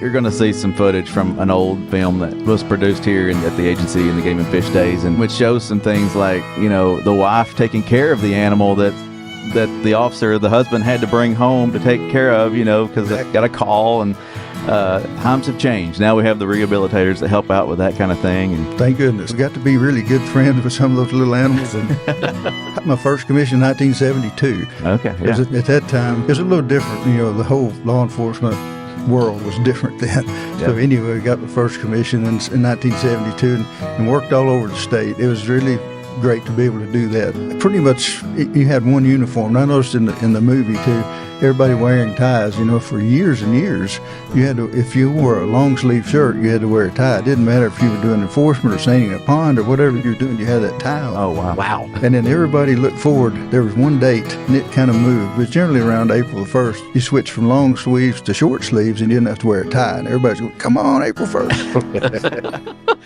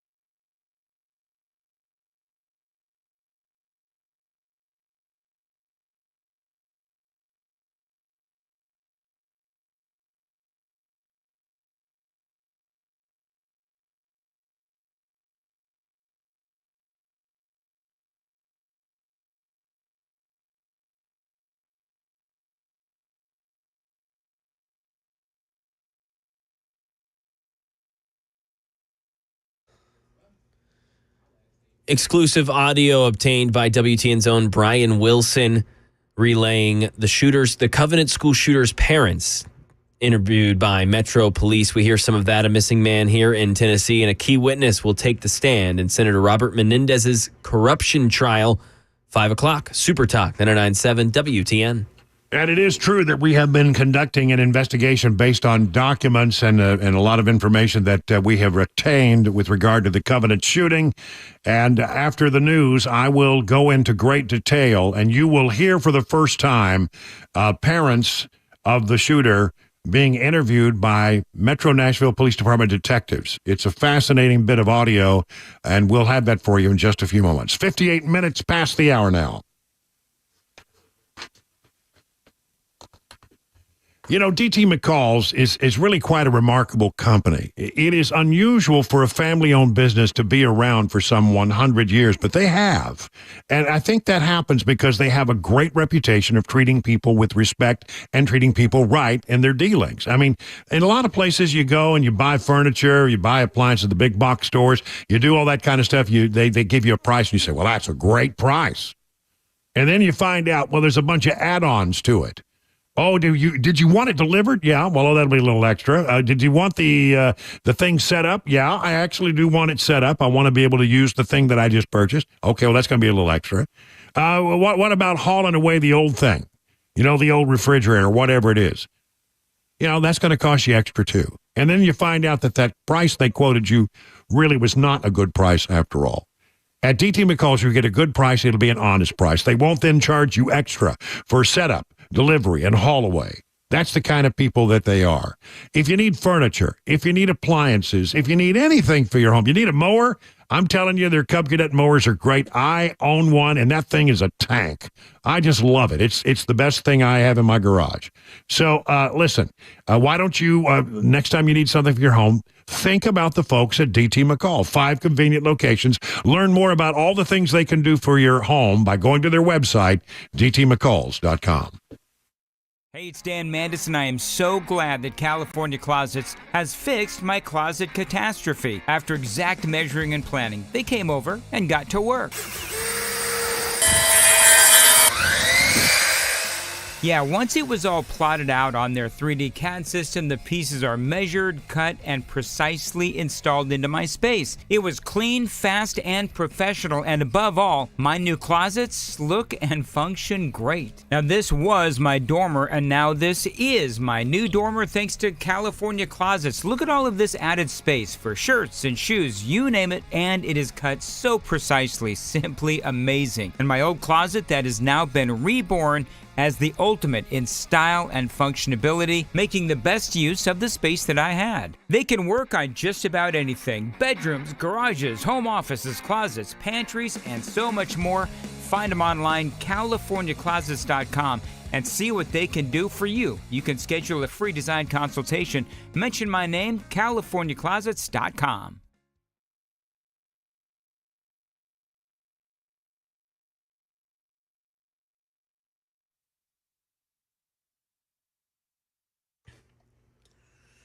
Five o'clock. I'm Mac Maury with your top stories. 84 degrees, a sunny Friday. May have some rain tomorrow. We'll tell you about it. Traffic complete weather forecast coming up 5 minutes.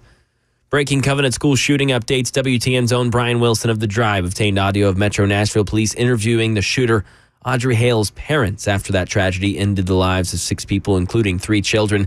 They asked the parents about the day Hale confronted them about transitioning. We were sitting on the screened-in porch, but she had evidently done some research on it, and she seemed more knowledgeable about it than you thought she would be. But once again, that she kind of said, a childlike view of it. Right. She figured she could go to the hospital and just get it done.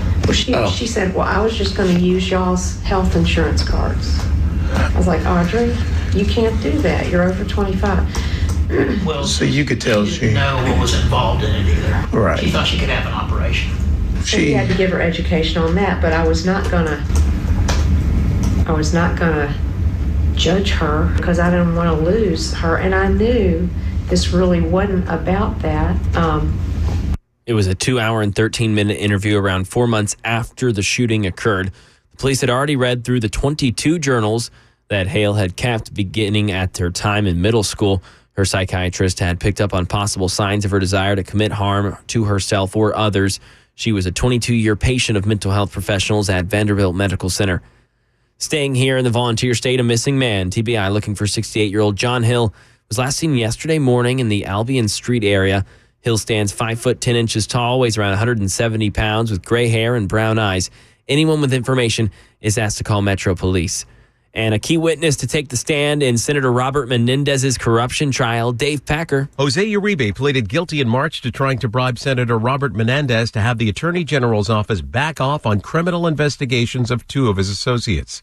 Uribe agreed to cooperate with authorities. And as a star witness for the prosecution in Menendez's corruption trial, Uribe testifying that he helped the senator's then-girlfriend buy a $60,000 Mercedes-Benz convertible. Uribe's testimony comes a day after former New Jersey Attorney General Gerber Gruhl told the court that Menendez twice tried to discuss a pending criminal case with him. And that is the latest news. Traffic and weather, they're next. I'm Mac Morey, WTN News. Hey, what's up, guys? This is Matt Murphy for Members Nutrition. I want to tell you about the Members Nutrition difference, and I want to encourage you to go over to the Members Nutrition website. Number one, they believe at Members Nutrition that they can sell vitamins and supplements at a lower cost point, and they're doing it every single day at membersnutrition.com. Number two, they want to make these products right here in the United States of America, not from some overseas company, and they do that every single day. I encourage you to go to membersnutrition.com. You'll get 50% off your purchase price at checkout. You don't have to put in any codes. Just go to membersnutrition.com. Once again, membersnutrition.com.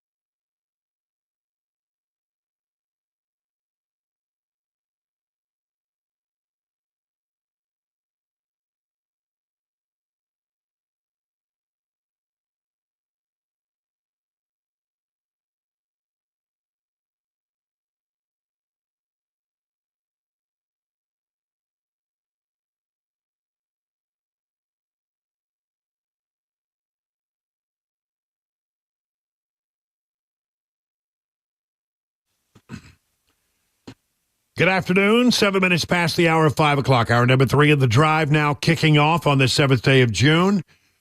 Beautiful outside, 85 degrees, abundant sunshine. Good day to be outside if you can. Hope we'll get you home Friday. And I think we got, A little chance of rain on Saturday, but I think it's not supposed to be a washout on Sunday. Yeah, that's sort of my take on it. As I have been telling you, I have obtained certain documents that provide a unique window into the Metropolitan Police Department investigation of the Covenant shooting that claimed the lives of 6 people last year on March 27th. Now, much of what I was able to learn came from a transcript of a 2-hour and 13-minute window interview with the shooter's parents some 4 months after the shooting. In some cases, the investigators were informing the parents of things they had learned. And in some cases, they were asking the parents questions designed to fill in the missing pieces of the puzzle. Now, for the first time, you will hear excerpts of that interview. In the interest of full disclosure, the clips have been edited for time by me, but I have taken great care not to change the meaning of anything that was said that day. Now, we're going to start here with a question that was asked that day. The Hales first learned, they were asking about the day that the Hales first learned that their daughter was interested in changing her gender. She approached her parents while they were sitting on the screened-in porch. We were sitting on the screened-in porch, but she had evidently done some research on it. And she seemed more knowledgeable about it than you thought she would be. But once again, that she kind of said, a childlike view of it. Right. She figured she could go to the hospital and just get it done. Well, she said, well, I was just going to use y'all's health insurance cards. I was like, Audrey, you can't do that. You're over 25. Well, so you could tell she didn't know what was involved in it either. Right. She thought she could have an operation. She had to give her education on that, but I was not gonna judge her because I didn't want to lose her, and I knew this really wasn't about that. But then detectives by then had already read through the 20 or so journals that dated back to her time in middle school. They had already talked with many of the doctors and therapists who treated the shooter over the years. And they had already been told that at times the shooters fantasized about killing other people. Did she have homicidal ideations ever? Did she ever express to you guys about having thoughts of homicide? Did any of the treatment she went through, any of the therapists, if you're able to say so, did they ever express to you guys that she was having homicidal ideations or anything like that? None of her therapists ever felt that they had like a duty to warn anybody. I don't think it. Only when she had suicidal ideation, they had her well-being. Right, but I saw some things to where she felt close to like she did the Columbine tapes, so she saw the documentary for the Columbine shooting, and she said something along the lines of how she felt close to them, how she could empathize with them and how they felt, and she went and bought the tapes and the books. So I was curious if you guys ever heard about this. Did they ever mention, if she ever mentioned these things to you guys at all? It was in her writings? She was speaking with a physician or a therapist or someone, and said those things. I believe that she bought them off Amazon. She went to talk to the guy, she talked to him by herself, then I would talk to him. In the situation where she bought the Columbine tapes and the books and things of that nature, I think it must have been at Vanderbilt because after they were speaking with you. So I didn't know if you were there with them or if it was she said that to them and then talked to you after is what we kind of said. I didn't know anything about That's kind of what I figured. You guys knew about her journals or you didn't? Or? Sure I knew. I mean... Did you know the sheer amount of journals that she had? No. I was wondering if you guys ever saw her writing or knew that. Yeah, okay. I saw her writing. Okay, that's because there were a lot of things in there that I'm certain you guys have no clue about to begin with. I never read any of them. Right, and I just didn't know if she expressed. It's just kind of like the thing we have to ask just because. Well, the thing is, I just figured this is part of the therapeutics. Oh, I see. So I thought this was part of the therapeutic process. This was part of her therapy. I never had any desire to go in and read or do. That was just part of how she was doing her therapy. Well, one of the homicidal ideations that she had was about killing her father. one of the things that her plan, she had a schedule. On one schedule, she wanted to wake up early in the morning to slash Dad's tires before the incident happened. She wanted to create a diversion after the incident to make it out of the school, but to come back and harm Dad, I believe kill you, is what she... We'll be open. She wanted to kill you. And she had wrote about it on more than one occasion. To get even more sensitive about it, she had incidents to where she would record herself and just talk in front of a camera for hours and hours or multiple times in her bedroom. We can hear people in the house. There was times where she would walk out of the room and record herself, and like you would be in a chair, and she would come up behind you and like act like she was gonna harm you, and then go back to her room. She did things on more than one occasion to allude that she had rage towards you or anger towards you and wanted to harm you. There was just it was just a large amount of anger towards you.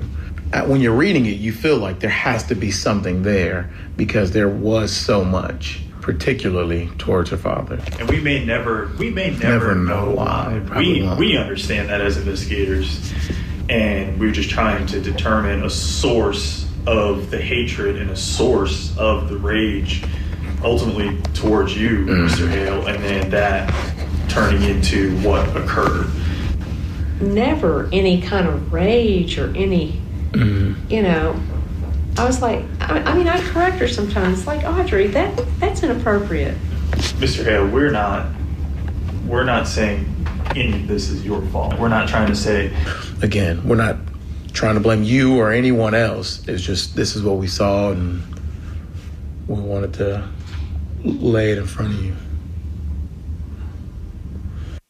Her mother was the last family member to see her on the day of the heinous attack, and she noticed some unusual activity and questioned her daughter about it. So she had a red bag or something, and when she was leaving, I think you were asking her, what's up with that red bag? And well, it was a Monday, and I went over to my office and raised the shade, and I looked out and I saw her getting ready to go somewhere.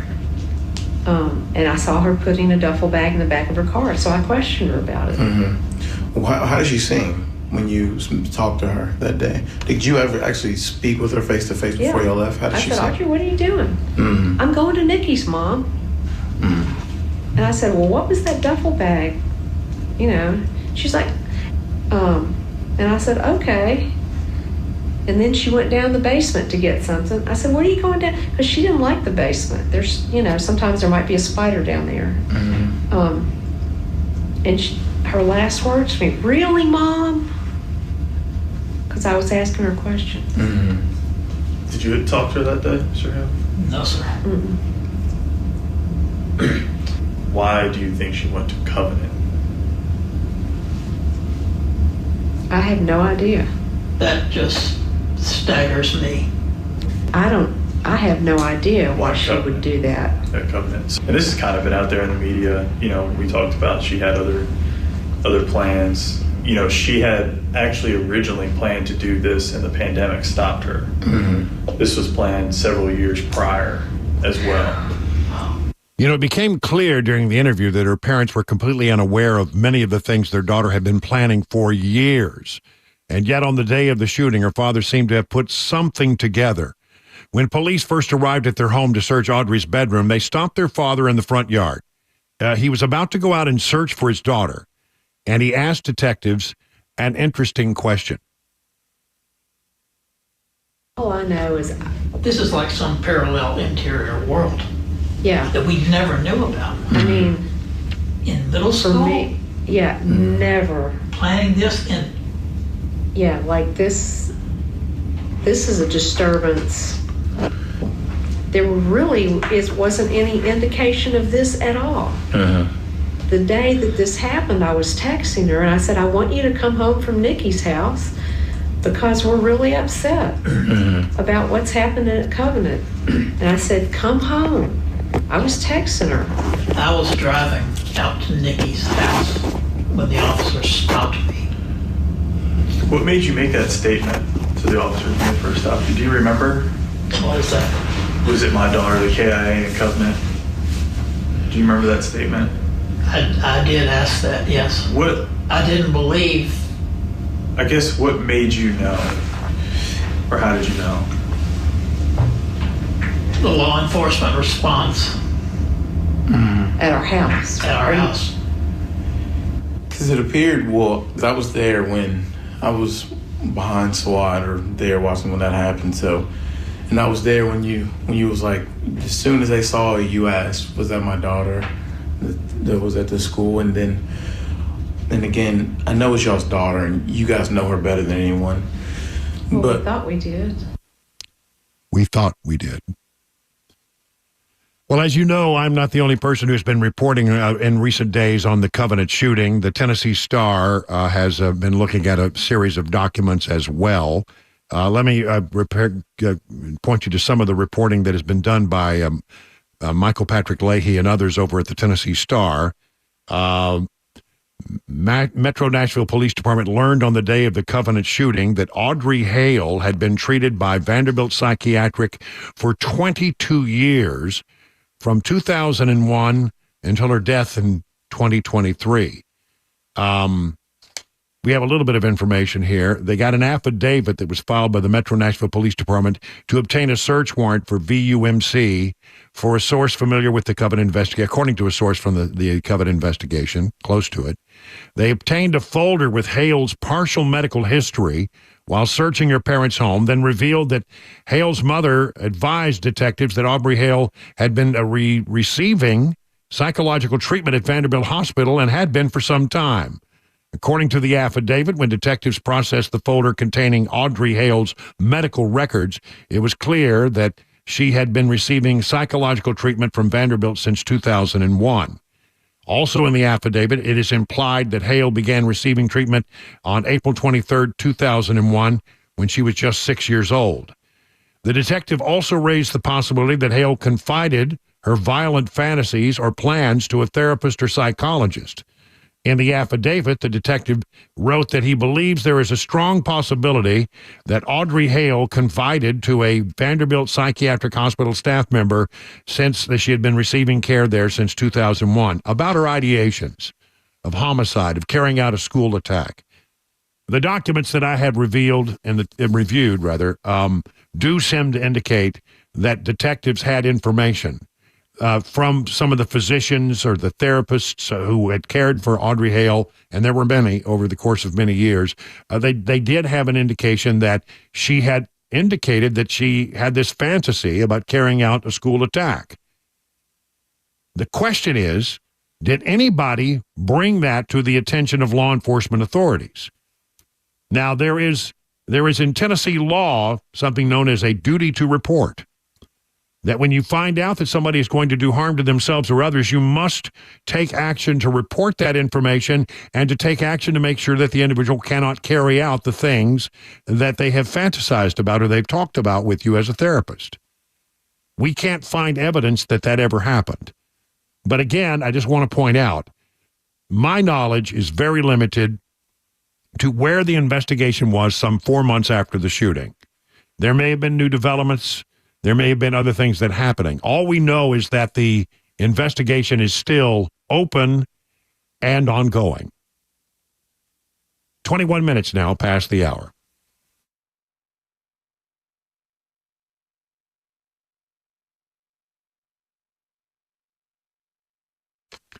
Let me tell you about the folks over at Restoration Wellness and Med Spa. Good people over in Lebanon, Wilson County. Restoration Wellness has become the leader in weight loss management in Wilson County, and summer is right around the corner. You call the Restoration Wellness team today to set up your appointment so you'll look good in your bathing suit when you go to the beach, right? 615-470-8124, or visit them at their website, restorationwellnessmedspa.com, to book a consultation today. Now, my friends over there, Carly and Jamie, a lovely couple. You're going to love them. They will take care of you like you're a member of the family. Be a part of the 1,000 patients who have already seen life-changing results from the weight loss management program over at Restoration Wellness. Weight loss can increase your energy levels, improve your quality of sleep, enhance your overall health.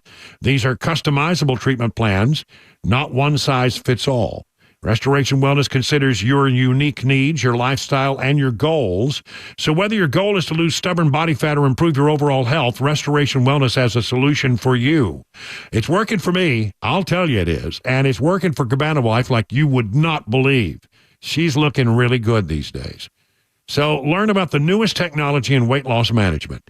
Just go to restorationwellnessmedspa.com. Hey, it's Dan Mandis, and I am so glad that California Closets has fixed my closet catastrophe. After exact measuring and planning, they came over and got to work. Yeah, once it was all plotted out on their 3D CAD system, the pieces are measured, cut, and precisely installed into my space. It was clean, fast, and professional, and above all, my new closets look and function great. Now, this was my dormer, and now this is my new dormer thanks to California Closets. Look at all of this added space for shirts and shoes, you name it, and it is cut so precisely, simply amazing. And my old closet that has now been reborn as the ultimate in style and functionability, making the best use of the space that I had. They can work on just about anything: bedrooms, garages, home offices, closets, pantries, and so much more. Find them online, CaliforniaClosets.com, and see what they can do for you. You can schedule a free design consultation. Mention my name, CaliforniaClosets.com.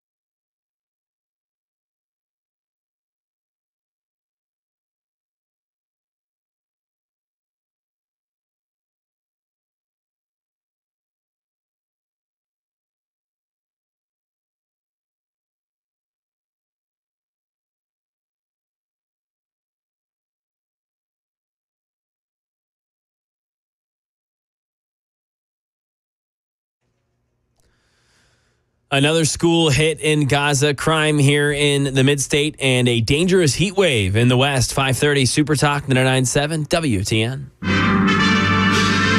For the final time, ladies and gentlemen. Spanning the globe to bring you the constant variety of sport, the thrill of victory, and the agony of defeat. It's time for Mac Maury's wide, weird, wonderful, wacky, weird, bizarre, and strange, and other adjectives that I can't think of right now. World of Sports. And here on his last day at Super Talk 99.7, the man, the myth, the legend, headed to Kansas City, where they got some crazy little women, I understand. Got some crazy little women there. Here's Mac Maury. Hello. I don't know about the Little Women there. I'm not going to need to worry about that. I've got a wonderful fiance, so that's right. Don't need to focus on none of that.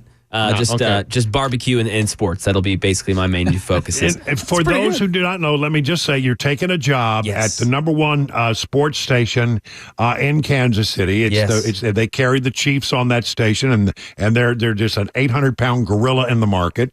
And you're going to be working as the producer of the morning show there. And this is sort of like, for young Mac Morey. I mean, how many years out of college are you? 4 years. Yeah, 4. Yeah. 4 years. Because I graduated early, so. That's well. Then this is the culmination of your dream. Really? Yeah, 100%. 100%. I've been probably talking about it as a nauseating level to my parents and my family since I was 8 or 9 years old. Just how I want to be a sports broadcaster. I want to do this. Ever since I saw Britt Musburger calling play-by-play for college football on Saturdays, that's kind of been like, I want to do something like that. And so making a big step here. Getting into that, sports market, the sports industry specifically, and having it to be, getting it to be at my, my hometown with the team affiliate. Yeah, man, it's a dream come true. I'm really excited. Goosebumps thinking about it. It's a hard move for a lot of reasons. And one of which leaving you guys here at Super Talk family. Yeah, no, right. it is. Like, but see ya, wouldn't want to be ya. I guarantee you that at about 6:03 today, you'll be out of here and never look back. I'll blow a kiss on my way out, but that's about right. A kiss, blow a kiss. Yeah, right. Yeah. Give us a one-fingered salute. We're #1. You guys are number one. Yeah. Always in my heart. Yeah, well, I mean, so tell me a little bit about this job, and what it entails, because I mean, you'll be the guy who like you have produced for Chris Hand in the morning. Yep. So you'll be doing that for those guys. Will you be a voice heard on the program? Definitely, yeah. Open mic, definitely a voice on the program, kind of a third wheel there, and I'll be having fill-in host opportunities when one of them needs to be out. See, now that's the opportunity right there. That's the ticket, exactly. Yep. That's exactly right. And even, on weekends, they have pregame and postgame shows for the Kansas City Chiefs, hosting opportunities there to host the pregame, host the postgame. Wow. Yeah. That would be, will you ever do any sideline reporting? I mean, that would be the thing I'd want to do. That would be awesome. I would love that. One of the hosts for my show, it's 2 hosts, and it'll be me. One of the hosts, Joshua Klinger, he has been the sideline reporter for the Kansas City Chiefs for better part of 2 decades. So, nice. That's a connection right there that hopefully maybe I can take advantage of and maybe get an opportunity there too, because I would love to do that. That would be a place where I think I would do really well too, Brian. So, yeah, a couple opportunities there, and then I got a text from my new boss here last week. He said, "Hey, do you like NCAA, the video game, because they got that new video game coming." I was like, yeah, I love every sports video game, but yeah, of course, NCAA. Yeah, I can't wait for the new one. Of course, it's been, a decade. It's like, yeah, well, we're going to have like a work tournament, so if you want to, I'll enter your name in. And I was like, oh yeah, come on. This is going to be fun. This is going to be fun. So we're all be playing video games together and stuff like that. So I'm really excited. So it'll be great. But yeah, that last day and then my first day there will be not this upcoming Monday, but the next Monday, the 17th. Yeah.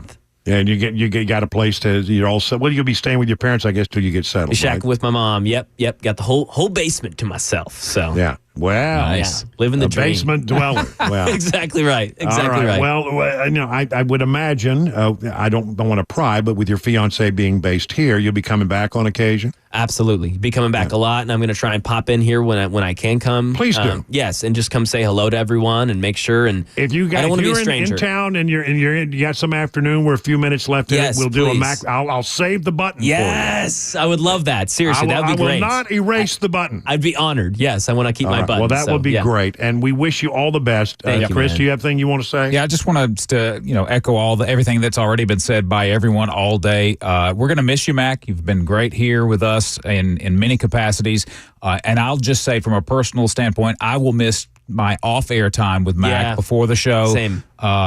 Great camaraderie. You're a good friend to me, and I'll miss talking to you every day. Yeah, so. same, man. Yeah, it's been something that I look forward to every afternoon, you and me getting off the air to just talk. So I agree. I'll miss that I heard too, man. Matt Murphy say something that I was going to say, and I'll just go ahead and repeat his words. I think we all have witnessed someone that we're going to say, I remember him. Yep, I worked with that guy. I remember when he was just, doing the news in the afternoon at WTN, because I think your career path is exceptionally bright.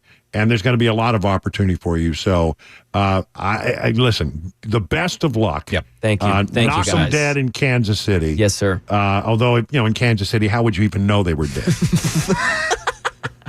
It's Kansas City, for good God's sakes. I had to get a jab in there. I know.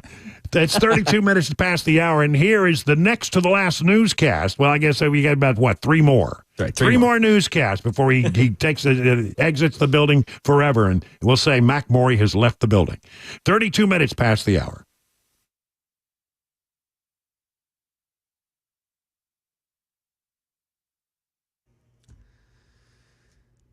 And now we'll call it 33 past the hour at 5 o'clock. I'm Mac Morey with your top stories. 84 degrees, sunny here on Music Row. We got a little bit of rain expected tomorrow. We'll tell you about it. Traffic report plus that weather forecast. They're 5 minutes away. Israel's military hits yet another school. This time the IDF says it struck a Hamas position inside a UN-run school in northern Gaza. The strike comes just a day after the military hit a school in central Gaza, killed at least 33 people there. In both cases, the military accusing Hamas of operating within the schools. Marcus Moore is in Tel Aviv. We have learned that this particular attack that happened on yet another school resulted in the deaths of 3 people and 15 others were injured. It happened at the Al-Shati refugee camp, which is in the northern part of Gaza, and that is where the IDF says that members of Hamas were working in a container, and that this was being used as some type of operations center for Hamas, and also that it was a meeting point. Back here in Tennessee with a crime story, Franklin police looking for a man who took a photo up a woman's skirt. Someone reported seeing him lingering around the women's section at the Target off Galleria Boulevard, and while the victim wasn't looking, he snuck in close and snapped the picture. Police posted surveillance video of that suspect as he was leaving, the image showing a young white man with brown hair and facial hair. He was wearing a white T-shirt, khaki pants, and Crocs shoes. He left in a silver Honda car. And that heat wave hitting the West is making for some dangerous conditions, as we hear from Alex Stone. Well, the extreme heat is breaking in some areas. Still, Phoenix has a few more days of 110-degree temperatures and then above 105 for the next week. It's a similar situation in Las Vegas. Scott Johnson with the Salvation Army in Phoenix says getting people like the elderly and homeless into cooling stations is critical. Because it really is a life and death situation. On Thursday, almost a dozen people waiting to get into a campaign event for former President Trump were overcome by heat in Phoenix. And that is the latest news, weather, and traffic next. I'm Mac Morey, WTN News. The Guaranteed Offer is the easiest way to sell your home. It's really simple. We bring you an all-cash offer. You close in as little as 21 days. No home inspections, no lock boxes, no open houses. Go to markspain.com to get a guaranteed offer and start packing.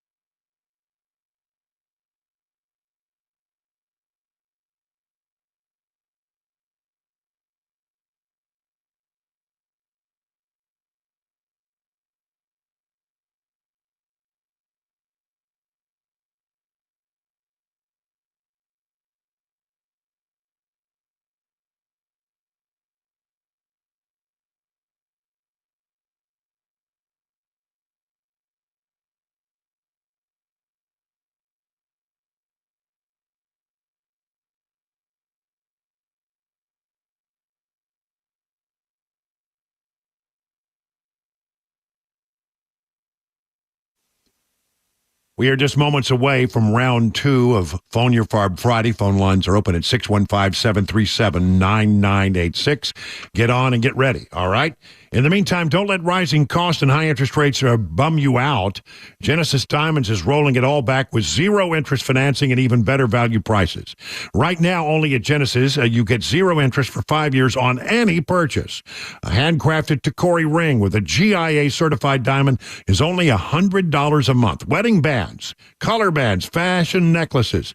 Just $40 a month. Pick any item, 0 down, spread your payments over 5 years, even the sales tax.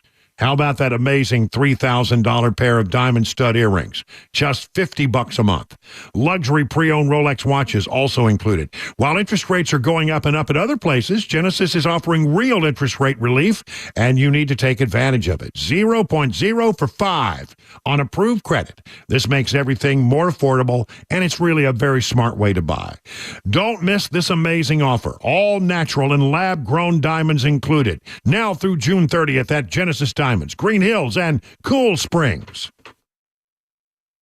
Hey, what's up, guys? This is Matt Murphy for Members Nutrition. I want to tell you about the Members Nutrition difference, and I want to encourage you to go over to the Members Nutrition website. Number one, they believe at Members Nutrition that they can sell vitamins and supplements at a lower cost point, and they're doing it every single day at membersnutrition.com. Number two, they want to make these products right here in the United States of America, not from some overseas company, and they do that every single day. I encourage you to go to membersnutrition.com. You'll get 50% off your purchase price at checkout. You don't have to put in any codes. Just go to membersnutrition.com. Once again, membersnutrition.com.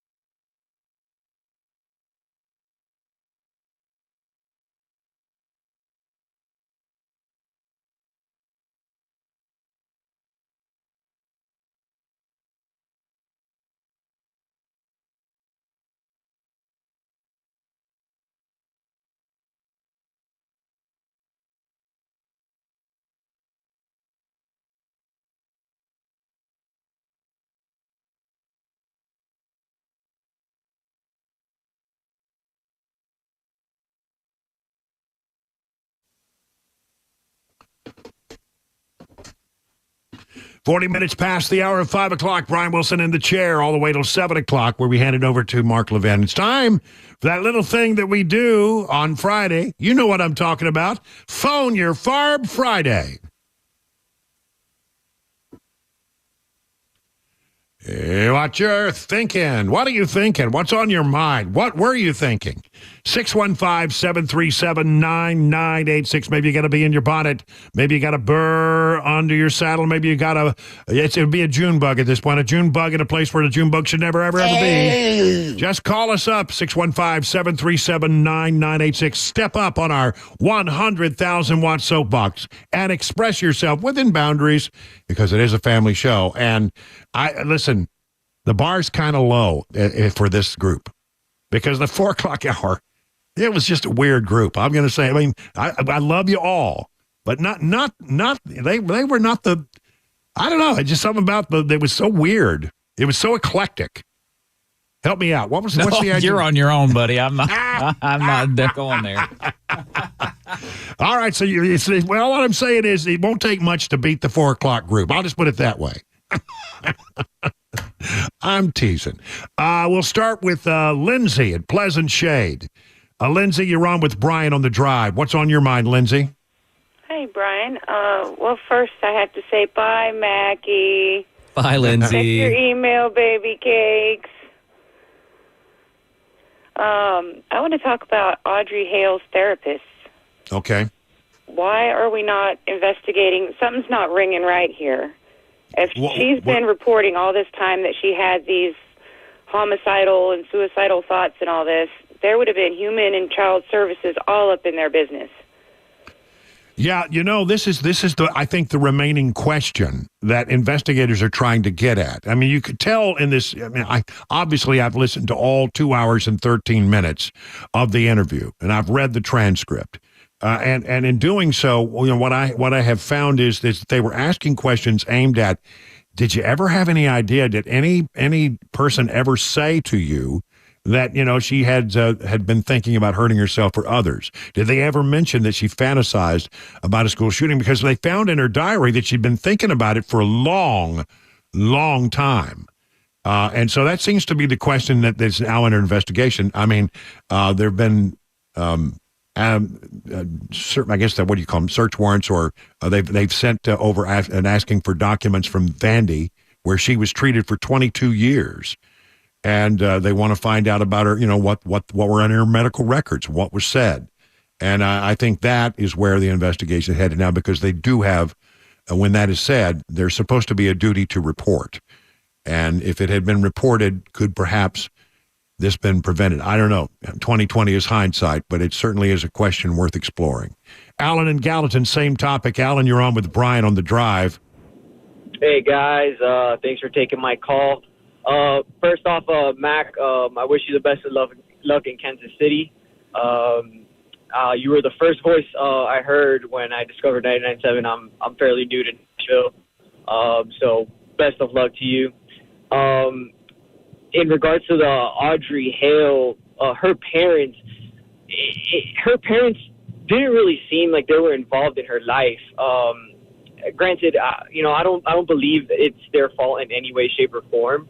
But it doesn't seem like there was any involvement with the parents in her life, or I'm going to challenge you on that, Alan, and maybe it's because that's the way it's come across in the selected bites that I chose to share with you today. But I mean, she was very close with her mother, for sure.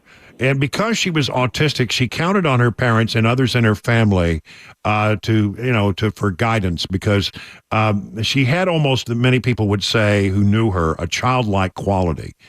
She didn't know how to do a lot of things that you would expect someone to do, and it was because of her autism. And so because of that autism, her mother and she were a lot closer. Now, it appears from the writings in the journals and that there was she had a different opinion about her father. But look, if there's any blame to go around, I don't know that I would blame the parents. I mean, parents can't imagine, I think, that their child is capable of something like this. It's just very hard for them to imagine. But I do think she was close with her mother, and her mother was deeply involved in her life. But they never went in to look at the journals. They never had any interest in knowing that, and they just seemed to think that was part of her therapy. It's a very unusual case. I'll tell you that for sure. Terry in Westmoreland. Hello, Terry. You're on with Brian on the Drive. What do you say? Hello, Brian. Hey. I was just listening to something about Hunter Biden, and I used to watch Dr. Drew's rehab show, and they don't let you out. They're claiming that they let him out, and he went and bought a gun while he was in rehab. That don't happen. Yeah, I don't know a lot about his rehab, but it doesn't seem like he ever really truly stopped smoking crack around the time that he bought the gun. Well, they would be worried about people bringing drugs in the rehab center if they let you out. But another thing, too, I got a pet or a Wheel of Fortune story. Yeah. Back in the day, I used to have one of the big satellite dishes. Yeah. And at 10 o'clock every morning, I would watch Wheel of Fortune on what's called the download feed, where they send it to the local stations. So yeah, to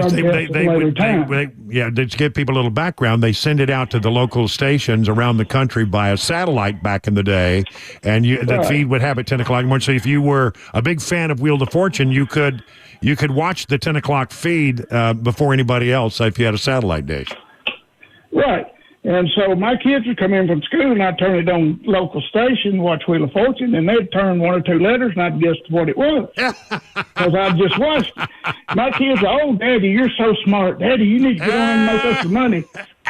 Then one day, it was a snow day or something, and I got busted anyway. You couldn't watch it without giving away the secret, right? Yeah. That's a great... Mac Moy, I appreciate him. Yeah.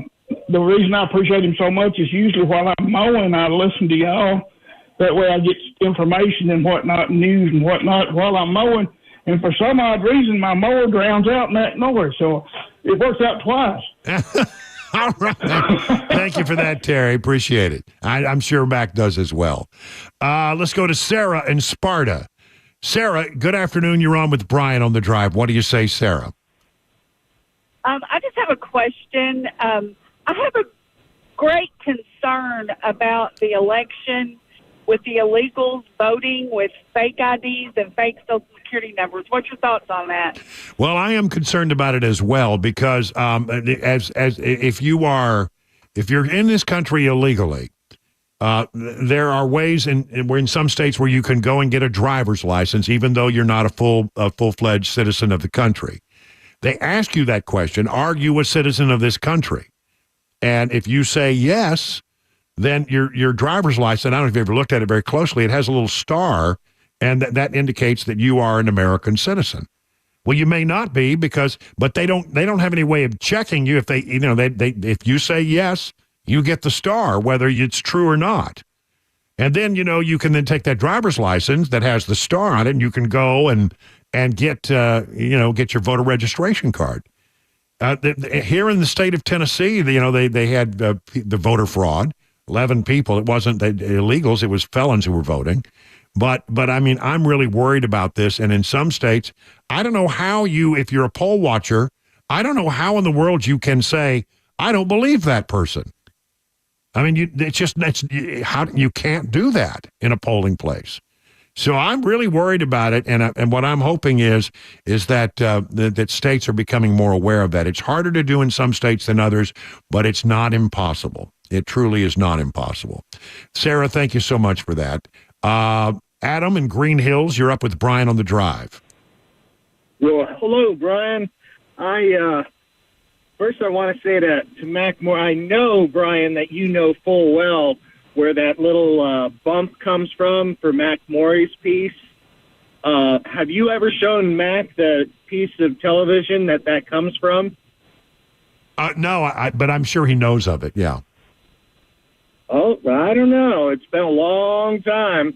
But anyhow, the ABC Wide World of Sports with Jim McKay. Yep, they'd go all over the world and they'd say, the thrill of victory, the agony of defeat. Agony of defeat. Agony of defeat. That's right. I loved that. It was great. Oh, I did too.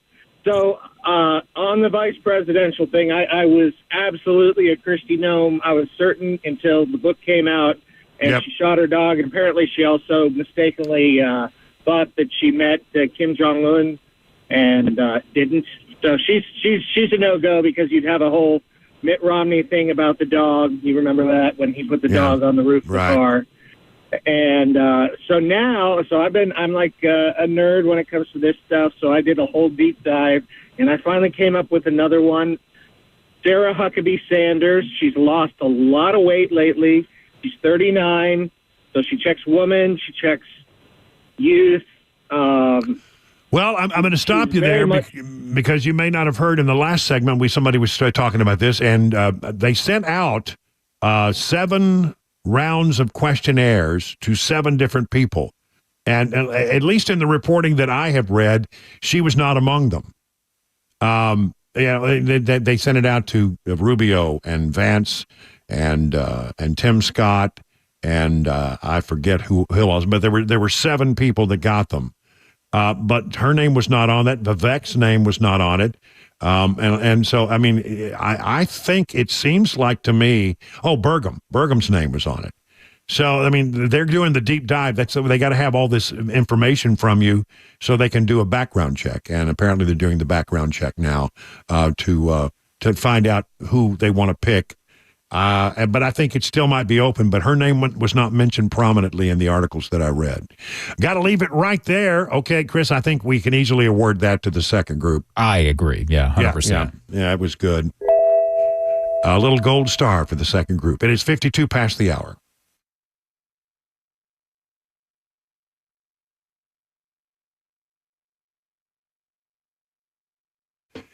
Hey, you know, the weather is getting warmer, means grilling season is here, and if you're a fan of Legend Steakhouse like I am, you can enjoy some of those same flavors right at home, right off your very own grill. Take a walk down your local grocery store aisles to places like Walmart and Kroger. Look for Johnny Fleeman's very own brand.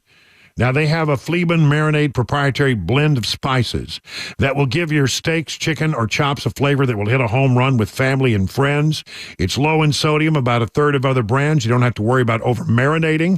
Don't forget about the honey mustard salad dressing, the South's favorite. Use it as a salad dressing or a dipping sauce for your chicken fingers, your veggies, or your chips. A recipe used in his restaurant for 35 years. Now, here's the thing. If your favorite grocer is not stocking Johnny Fleeman products, ask them to do so. For more information, go to johnnyfleeman.com. And I think it goes without saying, for those times when you want someone else to do the cooking, that happens occasionally, they'll always be glad to see you at your nearest Legend Steakhouse for lunch or for dinner.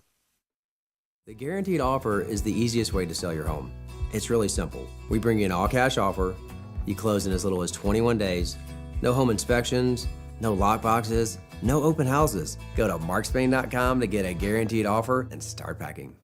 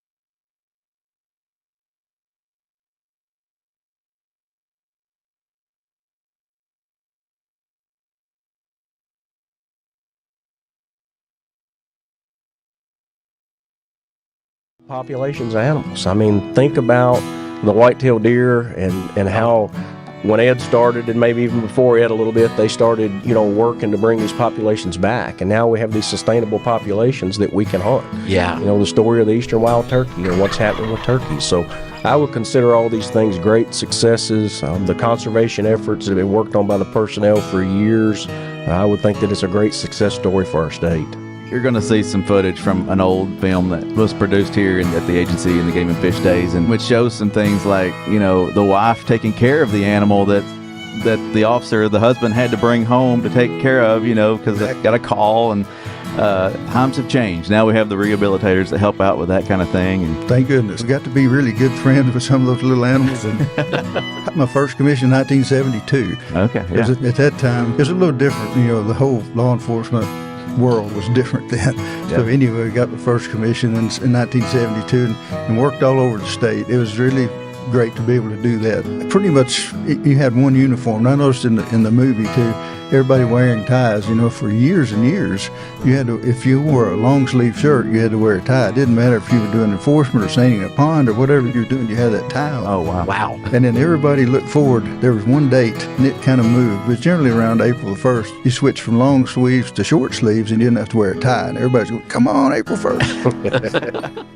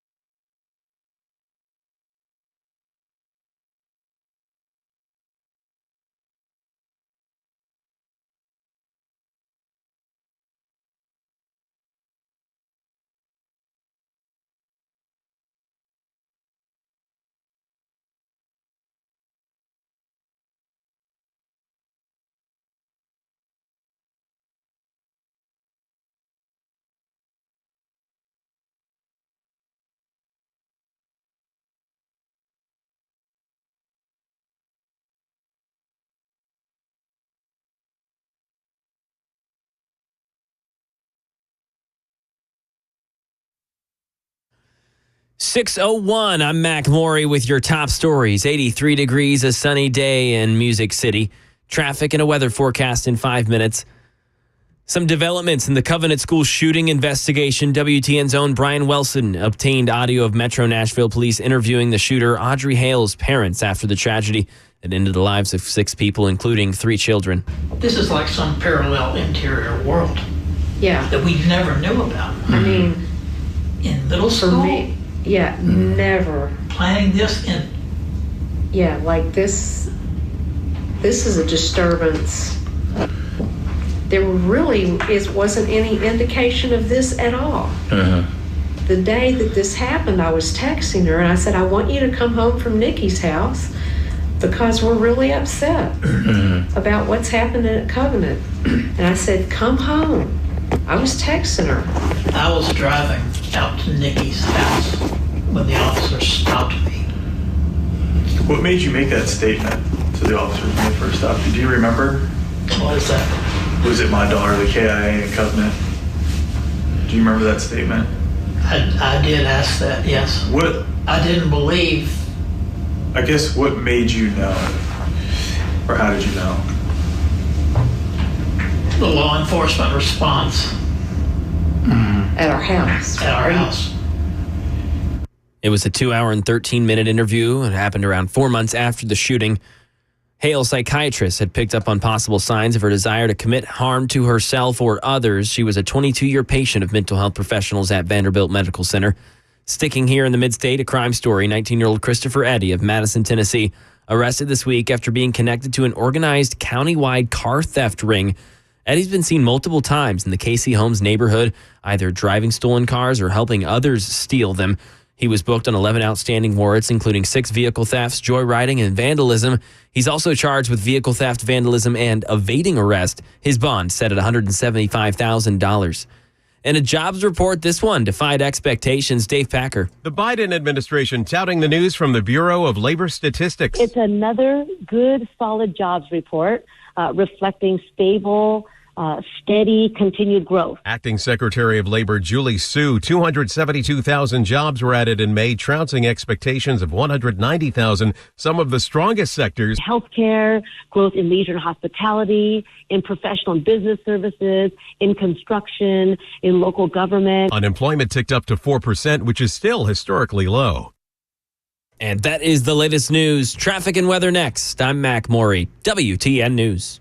Hey, what's up, guys? This is Matt Murphy for Members Nutrition. I want to tell you about the Members Nutrition difference, and I want to encourage you to go over to the Members Nutrition website. Number one, they believe at Members Nutrition that they can sell vitamins and supplements at a lower cost point, and they're doing it every single day at membersnutrition.com. Number two, they want to make these products right here in the United States of America, not from some overseas company, and they do that every single day. I encourage you to go to membersnutrition.com. You'll get 50% off your purchase price at checkout. You don't have to put in any codes. Just go to membersnutrition.com. Once again, membersnutrition.com.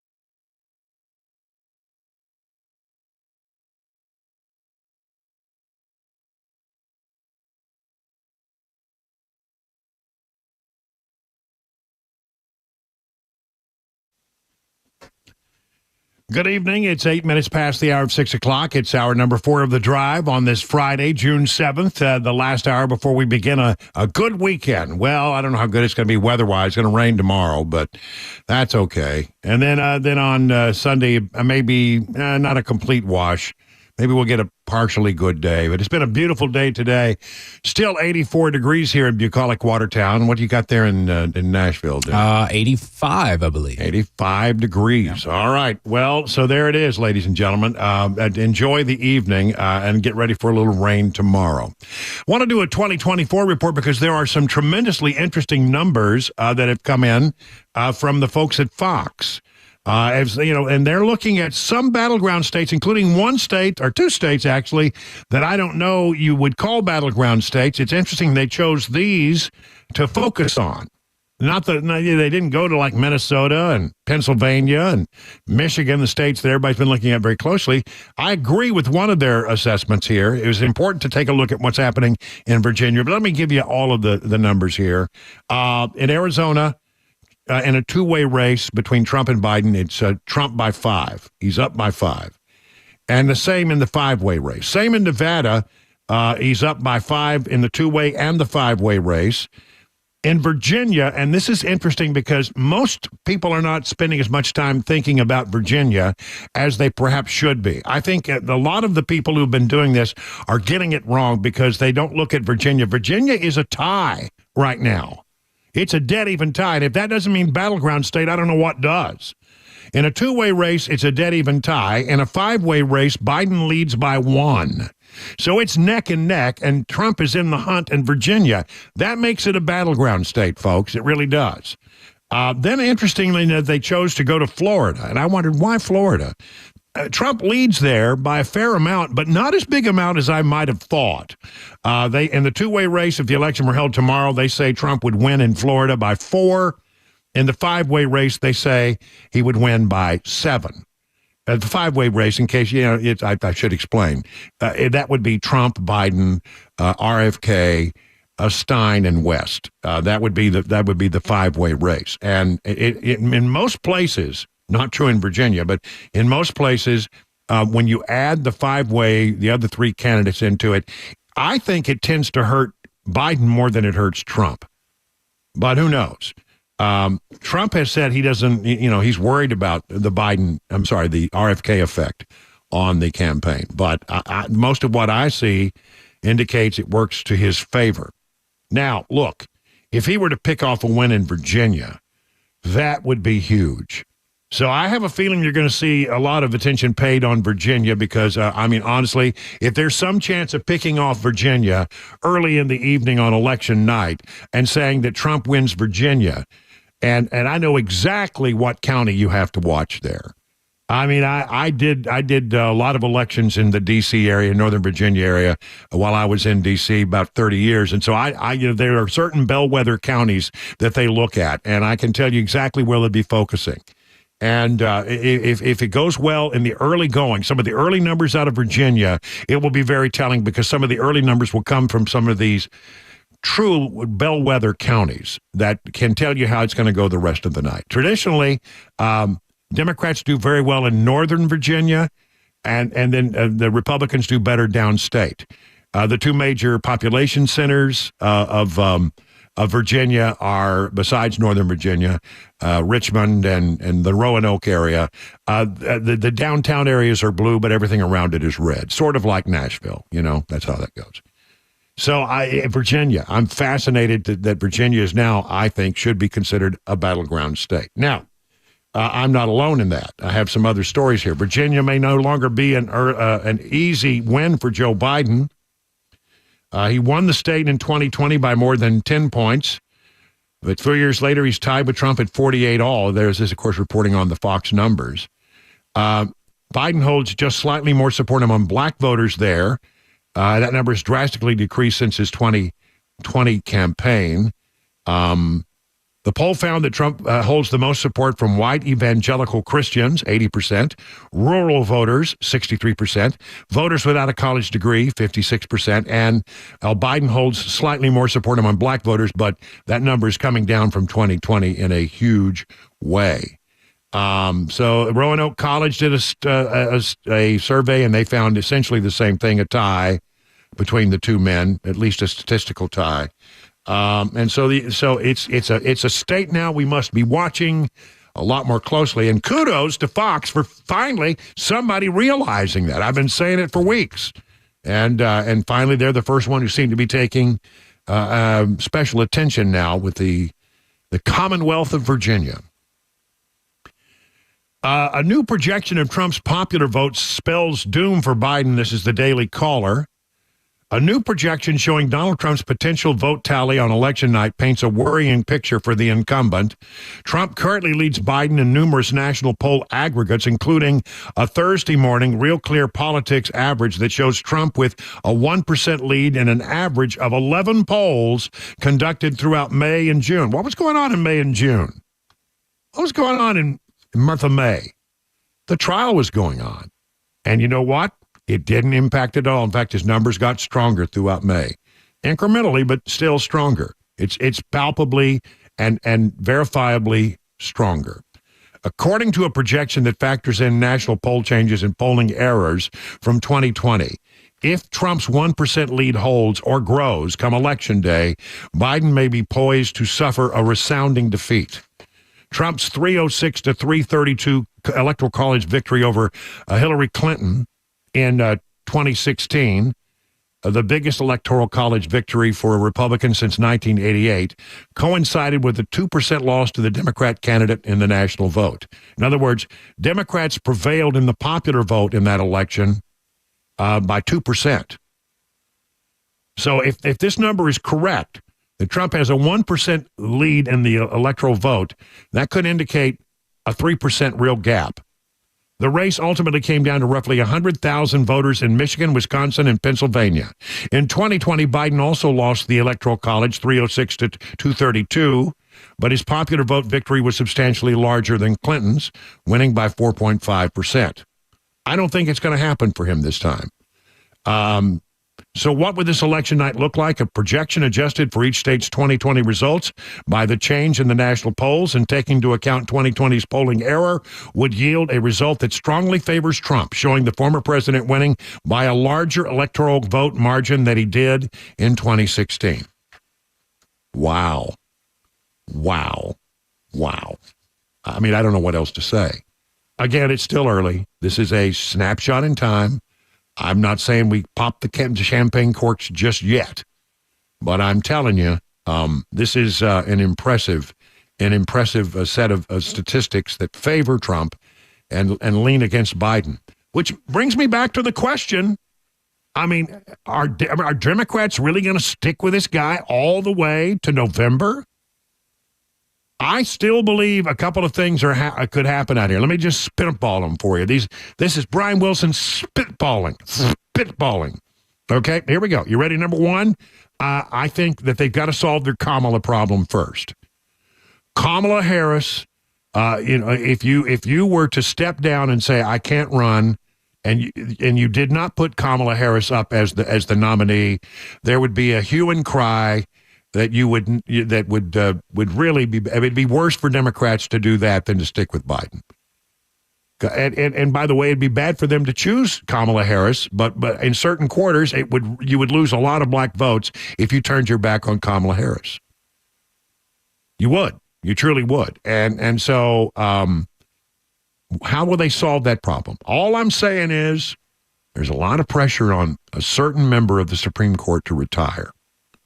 A lot of pressure to do it in a timely way while the Democrats control the Senate, where you have to be confirmed, right?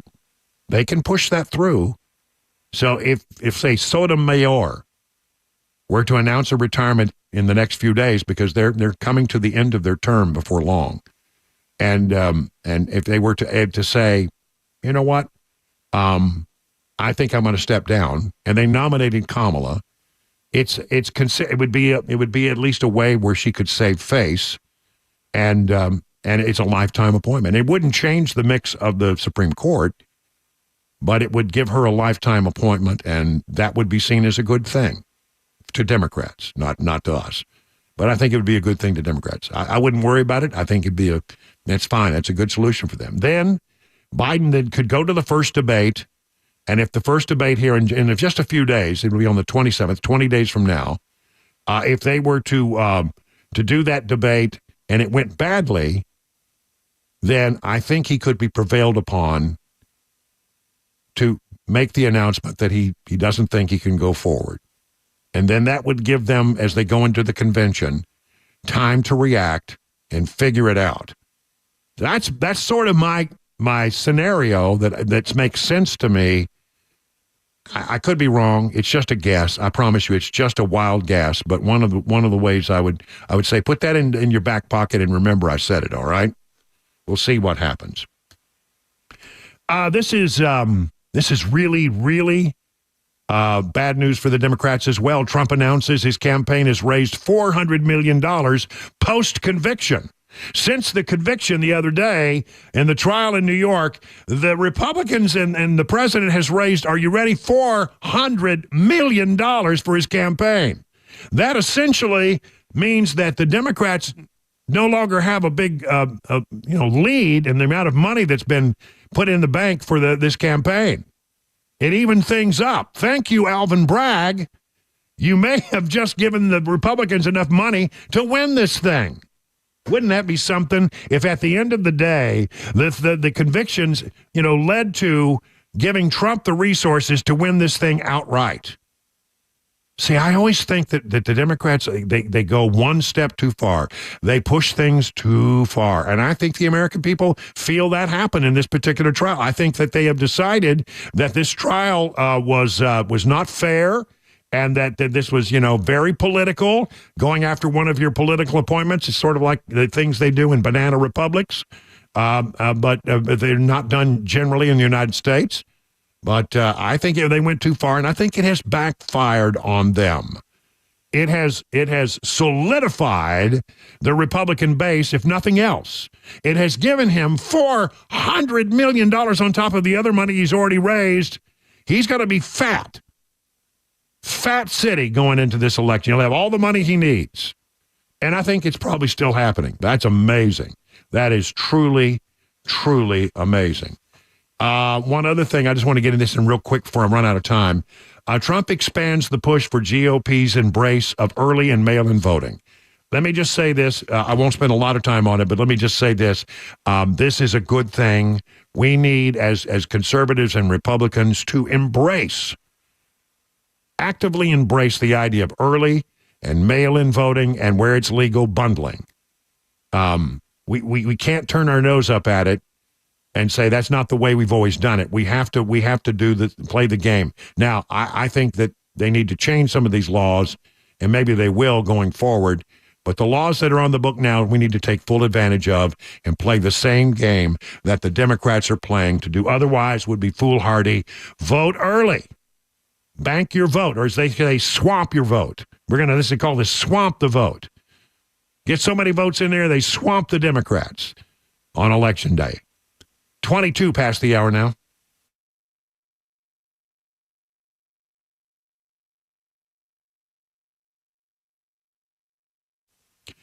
The chairman of the Federal Reserve has said we're on an unsustainable fiscal path. We aren't going to pay off the $34 trillion debt anytime soon. They'll just print money to pay the interest on the debt and thus debase the U.S. dollar. What you need to do is save with gold and other precious metals. Maybe you have thought about adding gold or other precious metals to your portfolio, but you feel, well, you really don't have the knowledge you need to make a smart decision. That's the way I felt. But I got the professional guidance I needed at Nashville Gold & Coin. The way this works is you make an appointment, then you sit down one-on-one with my friends at Nashville Gold & Coin. They'll answer all your questions, help you make the precious metals investment that's right for you. It's friendly, you'll learn a lot, and you'll never be subjected to a high-pressure sales pitch. Gold and silver can be a safe haven in uncertain economic times. My friends at Nashville Gold & Coin are standing by to answer all your questions about the precious metals market. And if you have some old coins laying around, gathering dust, bring them along. The ones in my drawer were worth $1,650. To set up one of the one-on-one appointments, just go to NashvilleGoldandCoin.com. That's NashvilleGoldandCoin.com. Hey, it's Dan Mandis, and I am so glad that California Closets has fixed my closet catastrophe. After exact measuring and planning, they came over and got to work.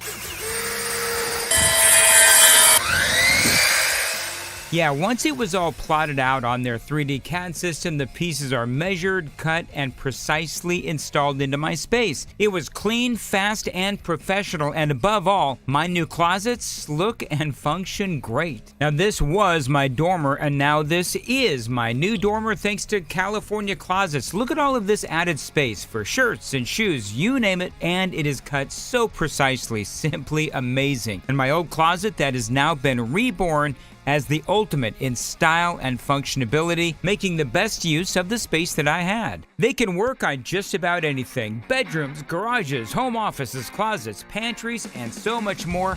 Find them online, CaliforniaClosets.com, and see what they can do for you. You can schedule a free design consultation. Mention my name, CaliforniaClosets.com.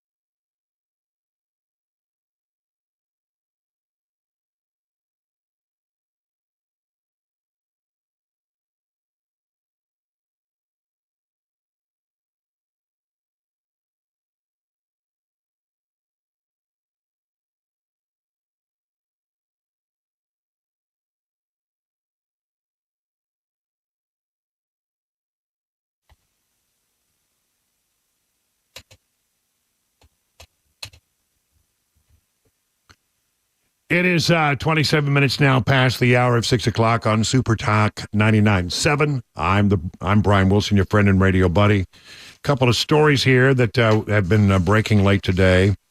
If you've been paying attention to our program and you have noticed maybe the Tennessee Star have been reporting a great deal of information about the investigation into the Covenant School shooting. This is based upon documents that I have reviewed and they have reviewed, and there have been a great number of stories written by the Tennessee Star, and we have had breaking news on this every day since Wednesday, and we did today as well. Then comes this story this afternoon. We wondered, we thought this was pretty big news, and we wondered if other people would then follow on our the leads that we had. The Metro Nashville Police Department says it's concerned about a possible leak of information in the Covenant school shooting case. Possible leak? I mean, very evidently there has been a leak, right? Articles comes as articles are currently circulating online surrounding what was inside the journals. That has been very much reported by me and by the Tennessee Star. On Friday, Metro Nashville Police Department confirmed to Fox 17 News there is concern about a possible leak of additional journal entries. We are concerned about the alleged leak. And we, like others, would like to know where it came from, Metro Nashville said in a statement. Department maintains they are still part of an ongoing investigation. They will not release the documents until it's over. Look, you want to do a leak investigation, Metro Nashville, good luck with that, is what I would tell you. I have been in situations before where I have come across information, I authenticated the information, and I went forward with sharing that information with an audience. And I have been hauled into court before, and I have been asked to reveal my sources. And I just want to say this for the record. If it comes to that, I will sit on the stand and I will look at the judge and I will say, Your Honor, I cannot possibly tell you anything about my sources for this information. You can ask me 10 times, you can ask me 100 times, you can ask me 1,000,000 times, but I will never, ever, ever, ever tell you how I came across this information. I need to protect my sources. And usually that's the end of it. Sometimes you end up getting thrown in the Gray Bar Hotel. Okay. If that's what it comes to. I'm prepared. So do your investigation. But if you come to me looking for answers, that's the answer you're going to get. Okay? Let's just say that. This other story has to do with the Trump trial, and this is very interesting. Chris spotted this for me, and it's been bouncing around this afternoon. The Trump hush money judge flags a Facebook user claiming early knowledge of the verdict. The judge overseeing former President Trump's hush money criminal case informed the parties Friday that a person on Facebook claimed to have advanced knowledge of the verdict in the case. Judge Juan Merchan wrote Trump's attorneys and the Manhattan District Attorney's Office that on May 29th, the day 12 New Yorkers began deliberating Trump's case, and the day before he was convicted, a Facebook user left the comment on the New York State Unified Court System's page, "My cousin is a juror and says Trump is getting convicted." The comment read along with a celebrating emoji. "Thank you, folks, for all your hard work." Now, it's unclear whether the user was being facetious or speaking truthfully about their relation to one of Trump's jurors, but on their personal page, they described themselves as a professional S-poster, a term generally referred to those who troll on the internet. The Hill identified a second comment by the Facebook user made on May 29th that celebrated hard work against the MAGA crazies and again suggested that the user's cousin was a juror and had planned to convict. A commenter in that exchange wrote that if true, the Facebook user had implicated their cousin in a crime, to which the user replied, "Now we are married," an apparent reference to their supposed cousin. The Hill has requested comment from the Facebook user in question and has not responded. Trump was convicted, as you know, of 34 counts of falsifying business records on May 30th after the jury deliberated for about 11 hours. Jurors were instructed not to discuss the facts of the case with anyone, including the judge. Once the trial was underway, New York law says that a breach of that agreement would serve as grounds to set aside the jury's verdict. Time for the news, 32 past the hour.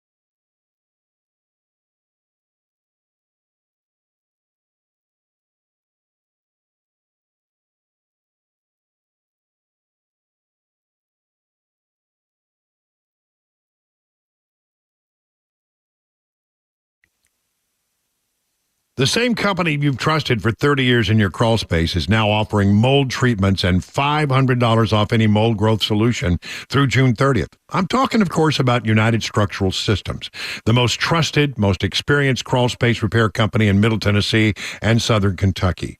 And if you have a problem with mold in your basement, in your crawl space, you have a real problem. There's no doubt about that. Breathe easier with U.S. mold treatment and turn your crawl space into a healthy space. Get $500 off what they call their 3-step RTE process. What does it stand for? Remove the mold, treat the mold so it doesn't come back, and then encapsulate the area to make sure that it's a dry and healthy space. See, the problem is if you have mold in your basement, the air in the crawl space or in your basement, it ends up in your house. And then you start breathing that stuff, and it is not healthy to do that. You don't just remove the growth. You never get rid of your home mold if you don't get to the root of the problem and take steps to prevent the mold from returning. And again, USS's RTE mold treatment does just that. So don't wait. Humidity is rising. Call now and get $500 off the USS mold treatment RTE solution. Your space will then be warranted and backed by a USS guarantee, and that means something. USS is here to help. For all your information about foundation and waterproofing improvements, visit USSTN.com or call this number, 615-488-7855. The guaranteed offer is the easiest way to sell your home. It's really simple. We bring you an all-cash offer. You close in as little as 21 days.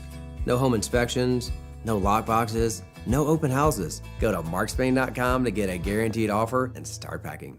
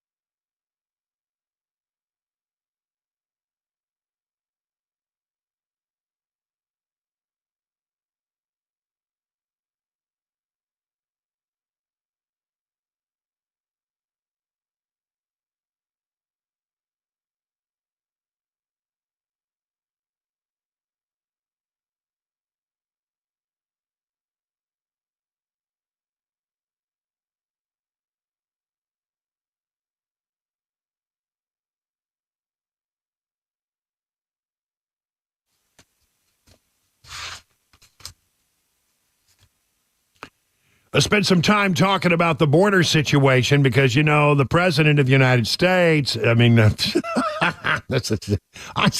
can't help but laugh. The president of the United States, you know, holds a big dog and pony show this week and says that he's going to shut down the border. He's going to use executive order to shut down the border. And then he tried to say, because the Republicans are at fault here, which is insane. Nobody believes that this is the Republicans' fault. No one at all believes this is the Republicans' fault. And so the thing is, well, what is your rollback? Well, we're going to make it very hard for people to come to this country. We are. We're going to make sure that we shut it down. And it's already supposed to be happening now, right? Well, according to Bill Malhusian down on the border, he's seen no différence. Everything is exactly as it was before. Nothing seems to have changed. Absolutely nothing has changed down here as a result of this executive order. We continue to see mass crossings without any resistance whatsoever. We continue to see mass releases, and we continue to see Border Patrol completely outmanned. Take a look at this video. We shot this late yesterday afternoon right here in Jacumba. This is what Border Patrol has to deal with out here. You got one single agent who has to try to corral this huge group of 150 people from all around the planet who crossed illegally. They'd been waiting there for Border Patrol to pick them up for 5 hours. They were getting impatient. You got language barriers, people from China, from Turkey, from Mauritania, from the Middle East. There's no translators out there for these border agents. They can't process all these people and patrol the border at the same time. They need more manpower, and we talked to a handful of these migrants. Take a listen. From Egypt. From Egypt? Yes. All from Egypt? Yeah, group Egypt. Egypt. Good America. Egypt. America good. Good America? Yes. Good. Yeah? Good. Yeah? Good. Why'd you come to America? Business and the group. You want to work? Job? Work, yeah. Job. This friend. Yes. Group of friends, you guys want a job? Yes. America, good. America, good. Yes. America. Okay. America, America good. I'm from Turkey. Vietnam. Vietnam. All from China? Yeah. You notice that there aren't any Mexicans or Central Americans in that group? Yeah, I mean, it has just turned into a free-for-all down there.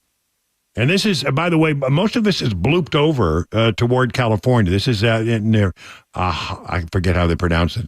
It looks like Jahumba, but it's Hajumba. I can't remember how it's pronounced, but it's near San Diego, is where they are.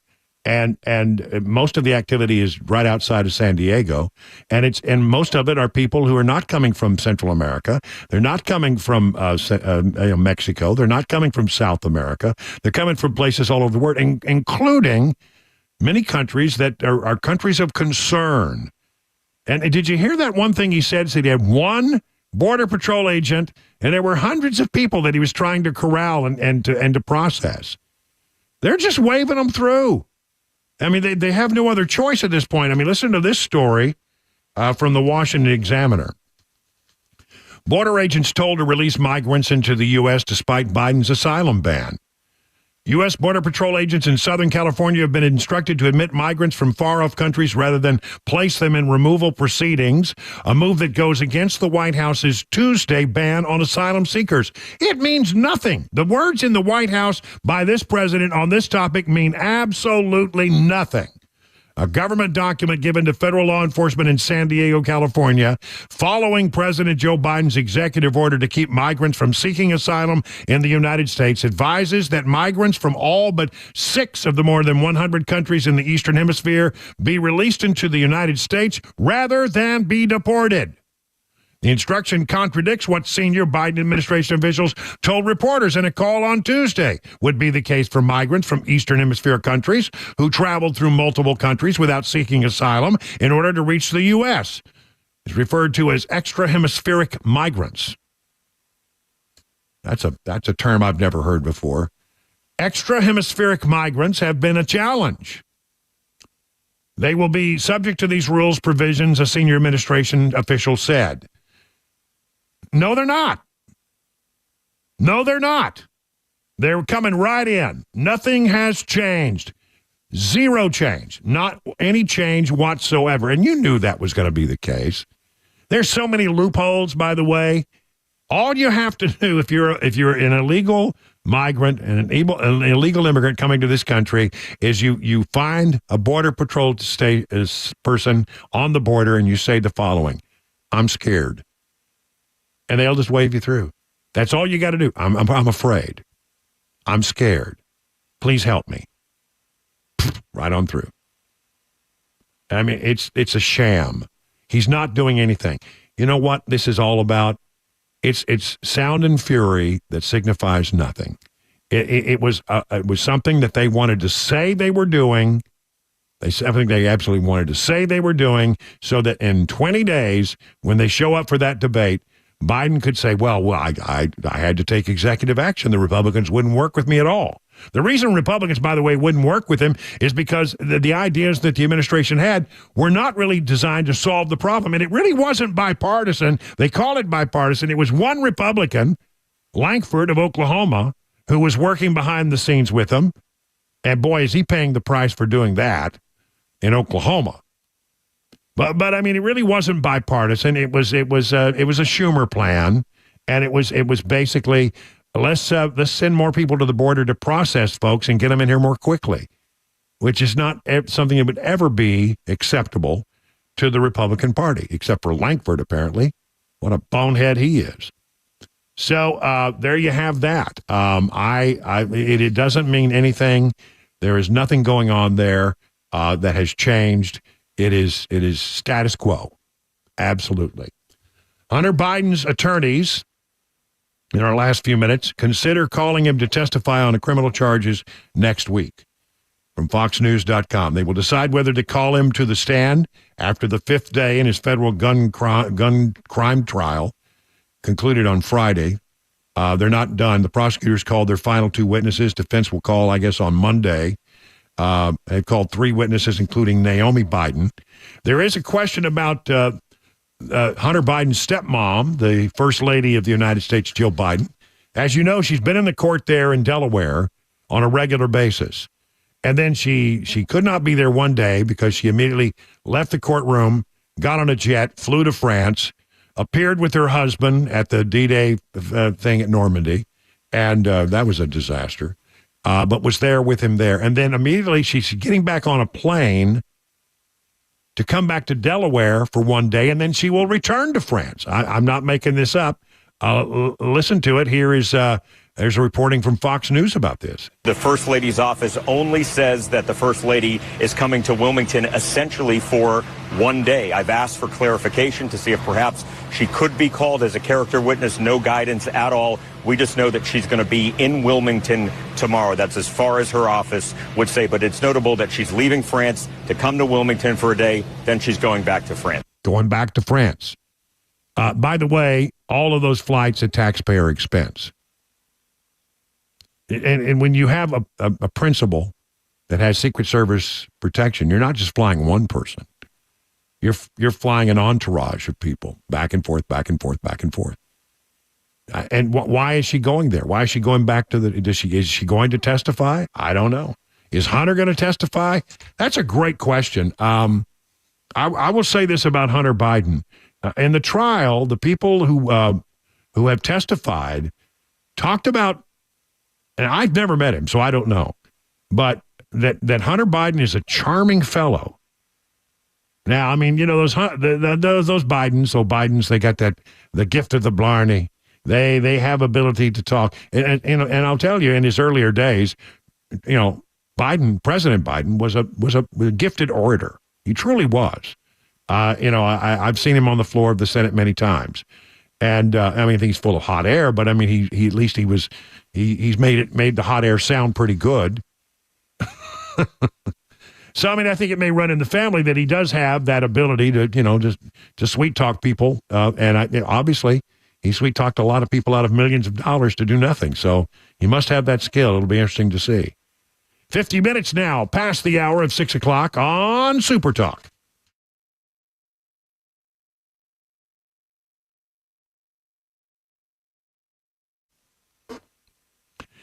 You know, there are a lot of diagnoses out there and a pill for everything, but not all diagnoses are accurate and not all pills are good for you.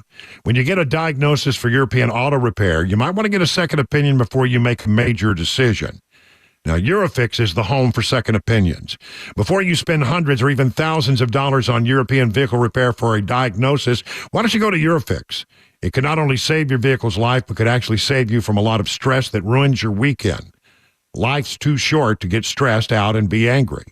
Be happy. Go to Eurofix. At Eurofix, you get a free 15-minute no-wrench inspection with an estimate at every visit. No high-pressure sales tactics. At Eurofix, you get a 3-year nationwide warranty and a free loaner car with every appointment. At Eurofix, you never pay dealer prices.